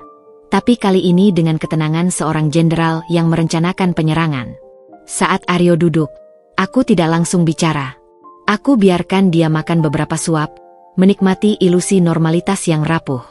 Mas, akhirnya ku pecah kesunyian. Kita perlu bicara serius. Bukan sebagai suami istri yang bertengkar, tapi sebagai dua partner bisnis yang nyaris kehilangan segalanya. Dia mengangkat kepala, ada kelelahan dan kewaspadaan di matanya. Aku tahu tentang pinjaman rumah itu. Bukan cuma itu, potongku lembut. Aku ambil remote dan mematikan TV yang menyala. Ini tentang segalanya. Tentang ibu, tentang Maya, tentang Rendra, tentang proyek yang gagal, tentang perusahaan kita yang sekarang bernapas dengan ventilator. Aku berdiri dan mengambil laptop. Aku ingin kamu melihat dan mendengar sesuatu dengan pikiran yang terbuka. Janjiku, setelah ini, kamu bebas memilih jalanmu. Tapi kamu harus membuat pilihan itu dengan informasi yang lengkap. Aku menaruh laptop di depannya. Pertama, kubuka spreadsheet. Lihat, ini perbandingan harga material Rendra versus harga pasar. Selisih 15%. Itu artinya, untuk proyek Mangga 2 saja, kita kelebihan bayar hampir 2 miliar. Uang itu mengalir ke siapa? Ke Rendra. Dan sebagian, menurut investigasiku, kembali ke ibu sebagai komisi untuk memastikan kamu setuju menggunakan Rendra. Aryo membelalak. Itu tidak mungkin. Ibu tidak. Belum selesai. Aku buka dokumen pinjaman. Ini surat kuasa mutlak dengan tanda tanganku yang dipalsukan. Kamu bilang dari dokumen proyek pemerintah. Tapi lihat tanggalnya. Itu dibuat 3 bulan setelah proyek pemerintah kita selesai. Ini dibuat khusus untuk menggadaikan rumah kita. Wajahnya semakin pucat. Dia membalik-balik dokumen digital itu dengan mouse yang gemetar. Lalu, bagian yang paling sulit. Sekarang, tentang Maya. Kubuka folder berisi laporan Pak Joko. Aku biarkan dia membaca sendiri, tentang hubungan masa lalu Ibu Windu dan Handoko Surya, tentang peran Maya sebagai alat penyatuan keluarga, tentang email antara ibu dan Handoko.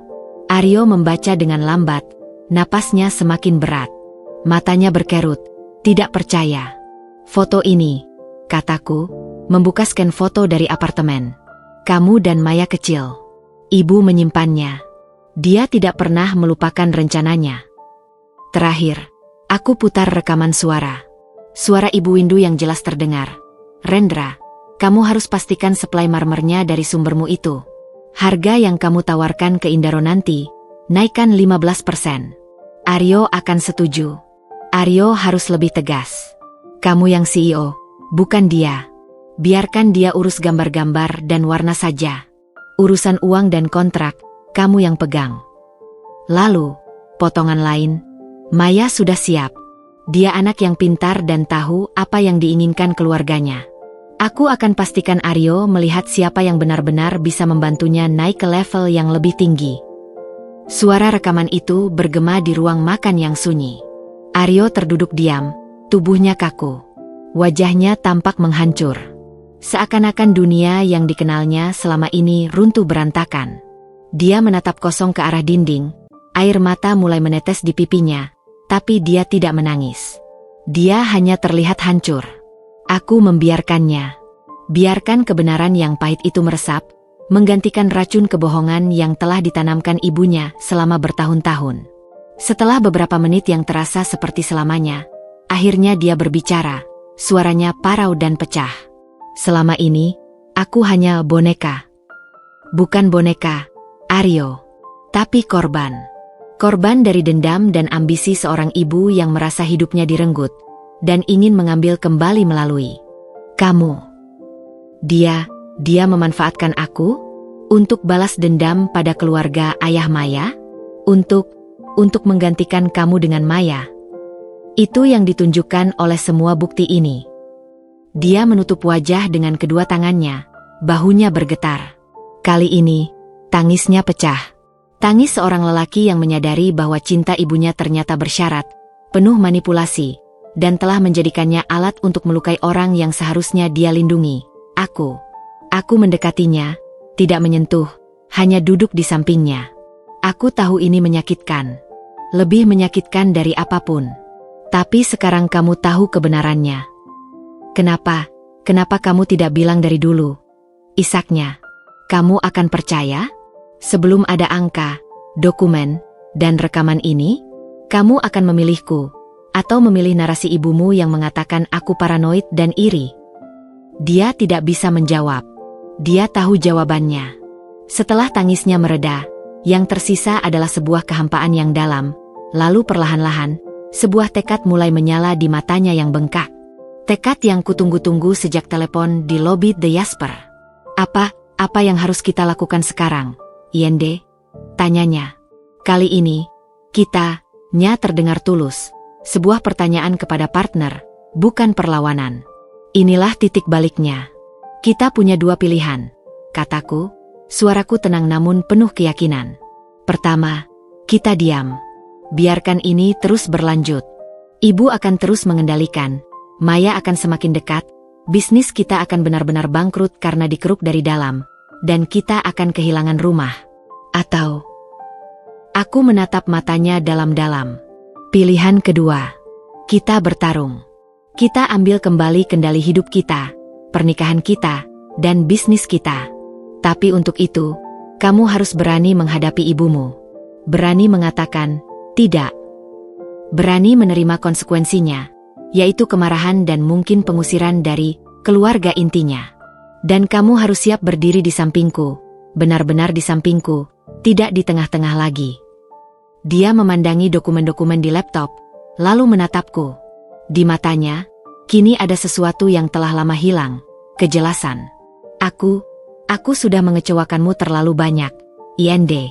Aku membiarkan kamu disakiti, dipermalukan, bahkan dikhianati. Aku tidak layak. Ini bukan tentang layak atau tidak. Ini tentang pilihan. Sekarang, di sini. Dia menarik napas panjang, mengusap air mata di pipinya. Kemudian, dengan gerakan lambat tapi pasti, dia meraih tanganku. Genggamannya hangat, dan untuk pertama kalinya dalam berbulan-bulan, terasa kuat. Aku memilih kamu, Indri. Aku memilih kita. Aku memilih untuk memperbaiki semua kekacauan yang kubuat. Tolong, bantu aku. Kata-kata itu, aku memilih kamu. Itu adalah kata-kata yang kutunggu selama 5 tahun pernikahan. Air mataku akhirnya tumpah, tapi kali ini, air mata kelegaan. Titik balik telah tercapai. Dia akhirnya melihat. Dia akhirnya memilih. Kita akan melakukannya bersama. Bisikku, menekan tangannya. Tapi kita harus cerdik. Kita harus bermain dengan aturan mereka untuk mengalahkan mereka. Rencana mulai terbentuk di kepalaku. Sebuah rencana yang melibatkan pengacara, konfrontasi yang terukur, dan penggunaan semua bukti yang kita miliki sebagai senjata. Perang terbuka akan segera dimulai. Tapi kali ini, aku tidak sendirian. Aku akhirnya memiliki sekutu di dalam rumahku sendiri. Dan itu membuat semua perbedaan. Strategi kami tidak langsung menyerang. Seperti catur, kami butuh beberapa langkah persiapan. Pertama, dengan bantuan pengacara spesialis pidana dan perdata yang baru kami pekerjakan, Bu Nila, kami menyusun laporan resmi tentang pemalsuan tanda tangan dalam surat kuasa dan dugaan markup harga material dengan bukti spreadsheet perbandingan. Namun, laporan ini belum kami laporkan ke pihak berwajib. Ini adalah senjata kami untuk bernegosiasi. Kedua, Aryo, dengan tekad barunya, bertindak. Dia memanggil Rendra dan sepupu pengurus izin proyek Sentul ke kantor. Aku duduk di balik ruang rapat terpisah, mendengarkan melalui intercom. Aku sudah tahu semuanya. Suara Aryo dingin, berbeda sama sekali dari biasanya. Markup harga 15%, komisi balik ke ibu. Dan izin lahan bermasalah yang kamu jamin, bersih. Aku punya 2 pilihan. Laporkan kalian ke polisi untuk penggelapan dan pemberian keterangan palsu, atau kita selesaikan secara kekeluargaan. Suara Rendra panik, berusaha membela diri dengan menyalahkan prosedur. Keluarga, sergah Aryo. Keluarga tidak saling menjegal dan menipu. Pilihan kekeluargaan hanya satu, kalian bayar kembali selisih markup untuk proyek Mangga 2 ke rekening perusahaan, dan kalian yang tanggung semua biaya ganti rugi serta penyelesaian sengketa lahan Sentul. Jika tidak, besok pagi berkasnya sudah di meja jaksa. Itu adalah pukulan pertama. Rendra dan sepupunya, yang selama ini merasa aman di balik payung, Ibu Windu, tiba-tiba dihadapkan pada Aryo yang tegas dan punya bukti. Mereka setuju, dengan syarat tidak dilaporkan. Dana mulai mengalir kembali, sedikit demi sedikit. Langkah ketiga adalah yang paling sulit, menghadapi Ibu Windu. Kami melakukannya di apartemen The Jasper, di tempat di mana semuanya berawal. Aku datang bersama Aryo. Kali ini, aku tidak berdiri di lobi. Aku masuk bersamanya. Ibu Windu terkejut melihat kami berdua, tapi cepat menyusun kembali wajahnya yang dingin. Aryo, ada apa? Indri, sapanya datar. Kita perlu bicara, Bu, kata Aryo. Suaranya tegang tapi jelas. Tentang apa? Kalau soal uang, Ibu sedang usahakan. Tentang segalanya, Bu, potongku, langkah maju. Tentang Rendra yang mengeruk perusahaan. Tentang pinjaman dengan tanda tangan palsu. Tentang Maya. Nama Maya seperti sengatan listrik. Wajah Ibu Windu berkerut. Apa maksudmu tentang Maya? Dia cuma putri Handoko Surya. Mantan tunangan ibu. Selesaikan Aryo. Suaranya bergetar tapi penuh kepastian. Ibu, kenapa? Kenapa ibu berbohong padaku sepanjang hidupku? Kenapa ibu jadikan aku alat untuk balas dendam dan ambisi ibu? Ibu Windu terdiam sejenak, lalu wajahnya berubah. Dinginnya mencair, digantikan oleh kemarahan yang mendidih. Alat? Kau bilang ibumu menjadikanmu alat? Setelah semua pengorbananku, aku membesarkanmu sendiri, melawan semua cibiran, dan ketika akhirnya ada kesempatan untuk mengembalikan semua yang direnggut dari kita, kau malah memilih dia. Telunjuknya menunjukku tajam. Dia yang membuatmu lemah. Dia yang menghalangi jalanmu. Tidak, Bu, teriak Aryo. Air mata mulai menitik lagi. Indri yang selalu mendukungku. Yang menghalangi jalan kita adalah kebohongan dan keserakahan ibu. Ibu mau aku sukses, tapi dengan cara menjatuhkan orang yang mencintaiku, dengan cara menghancurkan bisnis yang sudah kami bangun. Bisnis itu akan jauh lebih besar dengan Maya dan Surya Land, hardik Ibu Windu. Dia bisa membawamu ke level yang tidak akan pernah bisa dicapai wanita ini. Dan harganya apa, Bu? Menjual kebahagiaanku? Menghancurkan pernikahanku? Memalsukan tanda tangan istriku? Itu namanya bukan kesempatan, itu kejahatan. Pertengkaran itu panas. Ibu Windu tidak menyesal. Dia hanya marah karena rencananya terbongkar. Saat Aryo menunjukkan bukti email dan rekaman suara, dia menyangkal dengan mengatakan itu rekayasa. Tapi matanya, yang melihat keteguhan di wajah anaknya untuk pertama kalinya, mulai menunjukkan kepanikan. Kemudian, aku mengeluarkan senjata terakhir. Sebuah surat pernyataan dari pengacara kami, Bu Nila. Ini adalah draft laporan polisi, Bu, kataku tenang. Tentang pemalsuan tanda tangan, konspirasi penggelapan dana perusahaan melalui markup harga, dan penyalahgunaan kuasa. Jika ini dilaporkan, nama ibu, Rendra, dan sepupu yang lain akan tercoreng. Proses hukum akan panjang, tapi reputasi ibu di keluarga besar hancur berantakan. Ibu Windu memandangi surat itu, wajahnya pucat pasi. Reputasi adalah segalanya baginya. Pengakuan dari keluarga besar yang selama ini dia kejar dengan segala cara. Apa yang kalian mau? Desisnya, suara kehilangan semua kesombongannya. Pertama, kata Aryo, ibu harus mencabut semua rekomendasi keluarga dari bisnis kami. Tidak ada lagi Rendra, tidak ada lagi campur tangan dalam keputusan perusahaan. Kedua, tambahku, kita akan menjual apartemen ini. Uangnya untuk melunasi sisa pinjaman rumah yang ibu suruh Aryo buat, dan menyelamatkan cash flow perusahaan. Jual, teriak Ibu Windu. Ini apartemenku. Yang dibeli dengan uang kami, dan mungkin bantuan diskon dari Handoko Surya sebagai bagian dari paket jodoh untuk Aryo dan Maya, balasku tajam. Ibu punya pilihan, setuju dengan syarat kami, atau hadapi proses hukum dan aib di depan seluruh keluarga. Dia terduduk di sofa mewahnya, terlihat tiba tua sangat tua dan rapuh. Seluruh sandiwara kekuasaannya runtuh. Kekuatan yang dia pegang selama ini, rasa bersalah Aryo, koneksi keluarga, rahasia masa lalu, ternyata tidak ada artinya di hadapan bukti dan keteguhan hati anaknya. Akhirnya, dengan mata penuh kepahitan, dia mengangguk. Baik, lakukan apa yang kalian mau. Karma telah datang untuk sang permaisuri yang menganggap dirinya sebagai pusat kekuasaan. Apartemen mewah yang menjadi simbol kemenangannya, harus dia lepaskan. Pengaruhnya atas Aryo, hancur. Dan yang paling menyakitkan baginya, rencananya yang sempurna untuk menyatukan keluarga, yang pantas, melalui Maya, buyar oleh pemberontakan anak tunggalnya sendiri. Saat kami keluar dari apartemen itu, Aryo memandangiku, wajahnya campur aduk sedih dan lega. Dia akan membenciku selamanya, bisiknya. Tapi kamu mendapatkan kembali hidupmu, Mas, jawabku, menggenggam tangannya. Dan kita akan menyelamatkan apa yang sudah kita bangun.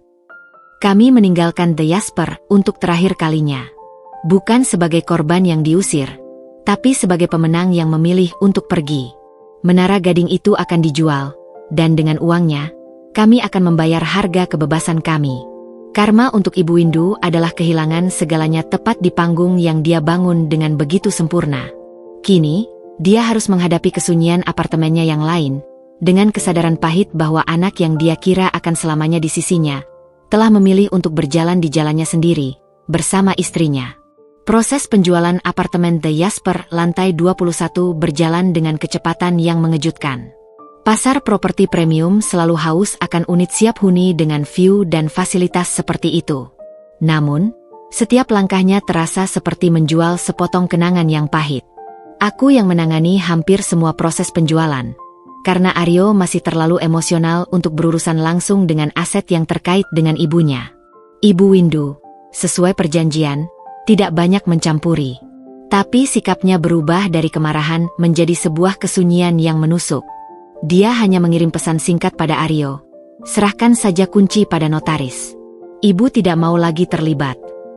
Sebuah kepasrahan yang terasa seperti pengusiran diri sendiri dari mimpi besarnya. Harga jual apartemen itu fantastis. Jauh lebih tinggi dari harga beli kami dulu, berkat booming properti dan lokasinya yang strategis. Saat angka final disetujui pembeli, aku menarik napas dalam. Uang ini bukan lagi sekadar keuntungan finansial. Ini adalah tebusan. Pertama, kami melunasi seluruh sisa pinjaman ilegal yang menggunakan rumah pondok indah kami sebagai agunan. Perasaan ketika sertifikat rumah itu kembali, bersih, tanpa beban, adalah sebuah kelegaan yang tak terkira. Rumah itu kembali menjadi rumah kami, sepenuhnya. Kedua, kami menyuntikkan modal segar yang besar ke dalam Indaro Properties. Dana itu digunakan untuk melunasi semua utang pada supplier yang menagih ketat, membayar penalti proyek Sentul yang akhirnya kami hentikan dengan negosiasi damai, dengan dana dari Rendra dan Kroni, dan memberi napas bagi proyek Mangga 2 untuk diselesaikan dengan tenaga dan material yang lebih kompetitif, tanpa campur tangan, koneksi keluarga. Setelah semua kewajiban besar terlunasi, masih tersisa sejumlah uang yang cukup signifikan. Aku dan Aryo duduk di ruang kerja rumah, menatap angka di spreadsheet. Ini sisa untuk ibu, ucap Aryo perlahan. Cukup untuk belikan dia apartemen yang lebih kecil, atau rumah susun yang nyaman di daerah yang dia suka, atau untuk biaya hidupnya. Aku memandangnya. Ini adalah ujian terakhir. Apakah dia masih terjebak dalam rasa bersalah, atau sudah bisa membedakan antara bakti dan pembebasan? Kamu ingin memberikannya secara tunai? Tanyaku. Aryo menggeleng. Tidak. Aku ingin kamu yang urus. Belikan atas namanya. Tapi di lokasi yang tidak terlalu dekat dengan kita. Dan yang penting, dengan sistem keamanan dan fasilitas yang baik untuk lansia. Aku tidak mau dia merasa diabaikan. Tapi aku juga butuh ruang, IND, untuk kita. Jawabannya sempurna. Dia menunjukkan kepedulian, tapi juga menegaskan batas. Ini bukan lagi anak yang menuruti semua permintaan ibu, tapi seorang dewasa yang bertanggung jawab dengan cara yang sehat. Baik, kataku. Aku akan cari beberapa opsi. Nanti kamu dan ibu yang memilih. Ketika kami menyampaikan rencana ini kepada Ibu Windu melalui telepon, dia menolak bertemu. Dia terdiam lama. Jadi, kalian mengusirku dari Jakarta? Suaranya datar, penuh luka. Tidak, Bu, jawab Aryo. Suaranya lembut tapi pasti. Kami memastikan ibu punya tempat tinggal yang layak dan aman, tanpa beban finansial. Ibu bisa memilih kota mana yang ibu sukai. Bandung, Solo, atau tetap di Jakarta tapi di area yang lebih tenang. Tapi, Ibu, untuk sementara, kita butuh jarak. Aku butuh waktu untuk memperbaiki pernikahanku dan bisnisku. Dan ibu juga butuh waktu untuk diri ibu sendiri. Sebuah batasan yang jelas, disampaikan dengan cinta. Ibu Windu mungkin tidak pernah benar-benar menerima, tapi dia tidak punya pilihan. Dia setuju untuk melihat opsi-opsi apartemen yang kusiapkan. Karma bagi Ibu Windu bukanlah kemiskinan atau penderitaan fisik, tapi sesuatu yang mungkin lebih menyakitkan baginya, kemandirian yang dipaksakan, kehilangan kendali atas anaknya, kehilangan panggung megah The Jasper, dan yang terpenting, harus menghadapi kenyataan bahwa rencana dan manipulasi selama ini justru menghasilkan pengasingan. Dia dikirim ke pengasingan yang nyaman, lengkap dengan semua kebutuhan materi, tetapi jauh dari pusat kekuasaan yang selalu dia idamkan, anak dan keluarganya. Saat kami menyerahkan kunci The Jasper kepada pembeli baru, aku berdiri sejenak di lobi. Tempat di mana dulu aku menerima telepon penghinaan itu. Sekarang, tidak ada lagi rasa sakit. Hanya sebuah pelajaran mahal yang telah terbayar lunas. Aryo memegang pundakku. Mari kita pulang, bisiknya. Aku mengangguk. Ya, pulang. Kami tidak lagi menjual apartemen. Kami menjual rasa sakit, dendam, dan semua racun yang melekat padanya. Dengan uang hasil penjualannya, kami membeli kembali kedamaian, keamanan, dan kemungkinan untuk memulai lagi. Ibu Windu mendapatkan tempat tinggal barunya, sebuah apartemen kecil yang nyaman di Bandung, jauh dari pusat gemuruh Jakarta dan bisnis kami. Dia mendapatkan apa yang secara materi dia butuhkan, tapi kehilangan apa yang secara emosional selalu dia kendalikan. Dan bagi kami, ini adalah sebuah pembersihan. Seperti menyapu bersih sebuah ruangan megah yang penuh dengan perangkap dan kamera tersembunyi, lalu menggantinya dengan ruangan sederhana yang benar-benar milik kami, di mana kami bisa bernapas lega, tanpa ada yang mengintip atau mengendalikan. Dari balik dinding, kami menjual satu rasa sakit untuk membeli sebuah awal yang baru. Bulan-bulan setelah apartemen terjual terasa seperti masa rehabilitasi pasca bencana. Reruntuhan emosional dan finansial telah dibersihkan, tetapi tanah tempat kami berdiri masih terasa goyah. Aryo dan aku berada dalam satu rumah, satu tim, tetapi kepercayaan di antara kami seperti kaca yang telah pecah, bisa direkatkan, namun garis retaknya akan selalu terlihat. Aryo memulai terapi. Itu inisiatifnya sendiri, yang membuatku terharu sekaligus lega. Aku perlu belajar menjadi diriku sendiri, IND. Bukan anak dari ibu, atau suami yang kamu pertanyakan. Aku ingin menjadi partner yang setara untukmu, katanya suatu malam. Aku hanya mengangguk, menahan air mata. Prosesnya tidak mudah. Seringkali aku mendengar suara teredam dari ruang kerjanya saat sesi terapi online, atau melihatnya termenung lama setelah berbicara dengan ibunya yang sekarang jarang. Di sisi bisnis, kami melakukan restrukturisasi radikal. Indaro Properties tidak lagi menjadi perusahaan keluarga. Kami memecah peran dengan jelas. Aku mengambil alih sebagai CEO, fokus pada strategi, klien, dan desain. Aryo, dengan keahlian teknis dan lapangannya, menjadi COO yang menangani operasional dan eksekusi proyek. Keputusan finansial harus disetujui berdua. Kami mempekerjakan CFO independen dari luar untuk mengawasi keuangan. Tidak ada lagi ruang untuk keputusan sepihak atau koneksi tanpa audit. Proyek Mangga 2 akhirnya selesai, dengan margin yang tipis namun cukup untuk membuktikan bahwa kami bisa bertahan. Kesuksesan kecil itu seperti oksigen bagi kami berdua. Kami tidak merayakannya dengan pesta, tapi dengan makan malam sederhana di rumah, menonton film, dan tertawa lepas. Sesuatu yang sudah lama tidak kami lakukan. Tapi malam-malam sulit tetap ada. Terkadang, Saat kami sedang membahas rencana, Aryo akan tanpa sadar berkata, "Ibu dulu bilang." Lalu berhenti sendiri, wajahnya berkerut menahan sakit. Atau, ketika ada konflik kecil dalam pengambilan keputusan, matanya akan sedikit menyipit, waspada, seolah menungguku untuk mengontrolnya seperti yang selalu dituduhkan ibunya. Itu adalah sisa-sisa racun yang masih beredar dalam sistemnya. Suatu kali, kami bertengkar hebat tentang pilihan kontraktor untuk proyek baru. Aku bersikeras pada satu pilihan berdasarkan track record, sementara Aryo lebih memilih yang lain karena chemistry pribadi. Pertengkaran memanas, dan tanpa sadar dia melontarkan, "Kamu selalu ingin menang sendiri." Persis seperti yang ibu bilang. Udara di ruangan itu langsung membeku. Aku melihat wajahnya yang langsung menyesal, tercengang dengan ucapannya sendiri. "Indri, aku tidak bermaksud." "Aku tahu," potongku, suaraku datar. "Tapi itu yang ada di kepalamu. Dan itu menyakitkan, Aryo. Sangat menyakitkan." Aku meninggalkan ruangan, pergi ke kamar tamu, yang mulai sering kugunakan lagi. Malam itu, aku merenung. Memahat kembali kepercayaan bukan berarti melupakan luka. Itu berarti mengakui bahwa luka itu ada, dan berkomitmen untuk tidak menusuknya lagi. Aryo mengetuk pintu larut malam. Dia tidak meminta maaf dengan kata-kata muluk. Dia hanya duduk di lantai, bersandar di pintu, dan berkata, "Aku sedang belajar. Tapi kadang, pemrograman 30 tahun lebih kuat dari niat 6 bulan. Aku butuh kamu mengoreksiku ketika aku salah. Tapi tolong, jangan menjauhiku. Aku bisa tersesat lagi." Itulah titik balik dalam proses pemulihan kami. Aku menyadari, untuk membangun kembali, aku juga harus berubah. Dari seorang korban yang selalu siaga menyerang, menjadi partner yang tegas tapi juga penyembuh. Aku keluar dari kamar, duduk di sampingnya. "Aku akan mengoreksimu. Tapi kamu harus berjanji untuk mendengarkan.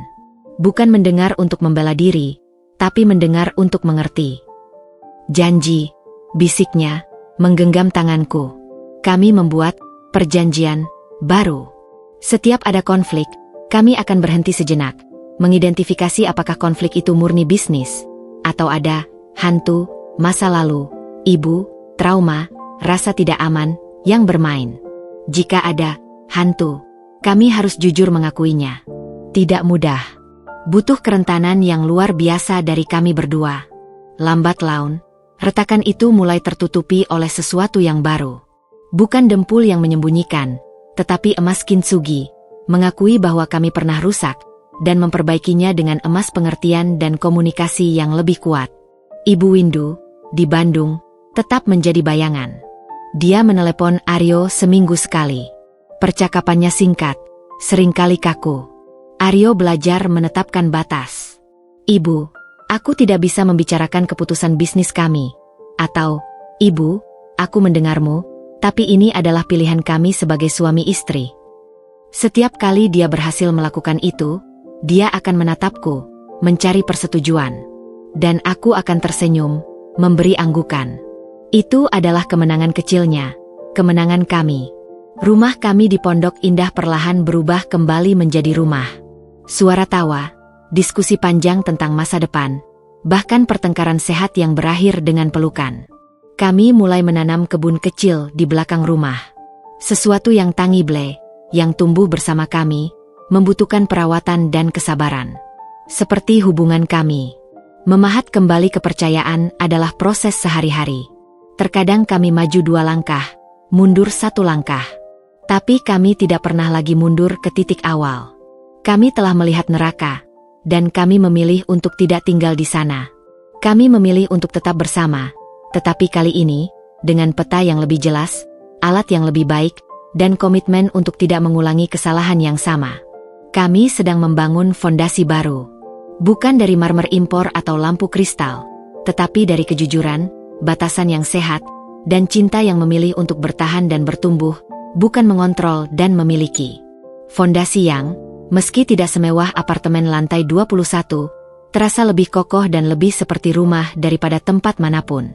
Setahun telah berlalu sejak apartemen The Jasper lantai 21 berpindah tangan. Musim hujan kembali tiba, Tetapi kali ini, aroma tanah basah di kebun belakang rumah terasa membawa kedamaian, bukan kesedihan. Kami merayakan ulang tahun pernikahan kami yang ke-6. Bukan di ballroom hotel mewah atau restoran bintang 5. Kami merayakannya di rumah, dengan beberapa sahabat karib yang telah menyaksikan pasang surut perjalanan kami. Malam itu penuh tawa, cerita lama, dan makanan buatan sendiri yang kami masak bersama.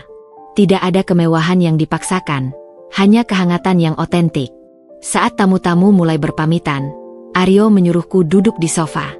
"Aku ada sesuatu untukmu," katanya, matanya berbinar dengan cahaya yang dulu sering kulihat saat kami pertama kali jatuh cinta, ceria dan bebas. Dia mengambilkan sebuah kotak hadiah kecil, dibungkus kertas sederhana. Bukan ukuran kotak perhiasan. Aku membukanya dengan penasaran. Di dalamnya, tertata rapi di atas kapas, adalah sebuah kunci mobil. Kunci mobil listrik merek yang sedang trending. Model yang sempat kuceletuk idamkan karena desainnya yang minimalis dan cocok untuk mobilitas kerjaku yang tinggi. "Kamu," kataku tercekat. "Aku ingat kamu bilang suka yang warna mint green. Jadi itu yang aku pesan," ujarnya, tersenyum lebar. Dia sudah parkir di garasi. Tapi yang lebih menarik perhatianku adalah benda di bawah kunci itu. Sebuah surat tulisan tangan Aryo. Aku mengangkatnya. "Indri tercinta. Kado ini bukan pengganti. Bukan untuk menebus. Bukan pula hadiah karena kamu sudah bertahan. Ini adalah sebuah janji. Janji bahwa aku melihat kamu, bukan sebagai bagian dari hidupku, tetapi sebagai pemilik hidupmu sendiri. Mobil ini untuk kebebasanmu. Untuk perjalananmu menuju klien. Untuk petualanganmu seorang diri jika kamu menginginkannya. Untuk mengingatkanmu bahwa kamu memiliki kendali penuh atas arah yang kamu tuju. Kita sudah melalui api. Kita meleleh, hampir hancur, tetapi memilih untuk menempa diri kembali. Kunci apartemen itu dulu adalah simbol. Simbol penerimaan yang kutunggu, yang ternyata salah alamat. Simbol kontrol yang ibu pegang. Simbol semua yang salah tentang cinta yang terikat dan bersyarat. Kunci yang aku berikan hari ini berbeda. Ini bukan kunci untuk masuk ke sebuah ruang mewah yang penuh dengan syarat. Ini adalah kunci untuk membuka jalan. Jalanmu. Jalan kita. Sebuah alat untuk bergerak maju, dengan kecepatan dan arah yang kita pilih bersama, atau sendiri, ketika itu yang kita butuhkan. Kamu mengajariku bahwa cinta sejati bukan tentang memiliki, tapi tentang memberdayakan. Bukan tentang mengunci seseorang di dalam, tapi tentang membuka semua pintu kemungkinan untuknya. Terima kasih telah tidak menyerah padaku ketika aku hampir menyerahkan kita. Selamat ulang tahun pernikahan. Mari kita lanjutkan perjalanan ini dengan kunci yang tepat di tangan kita masing-masing. Selamanya milikmu, Aryo. Air mata mengalir tanpa bisa kubendung. Bukan air mata sedih, tetapi air mata yang membersihkan sisa-sisa luka terakhir yang masih mengkristal di sudut hatiku. Ini lebih dari sekadar kado. Ini adalah pengakuan terdalam. Dia tidak hanya memahamiku, dia menghormati kebutuhanku untuk menjadi diri sendiri, lengkap dengan ruang dan kebebasanku. Aku memeluknya erat. Ini kado terindah. Lebih indah dari apartemen lantai 21. Godanya, suara serak karena haru. Jauh lebih indah, bisikku di bahunya.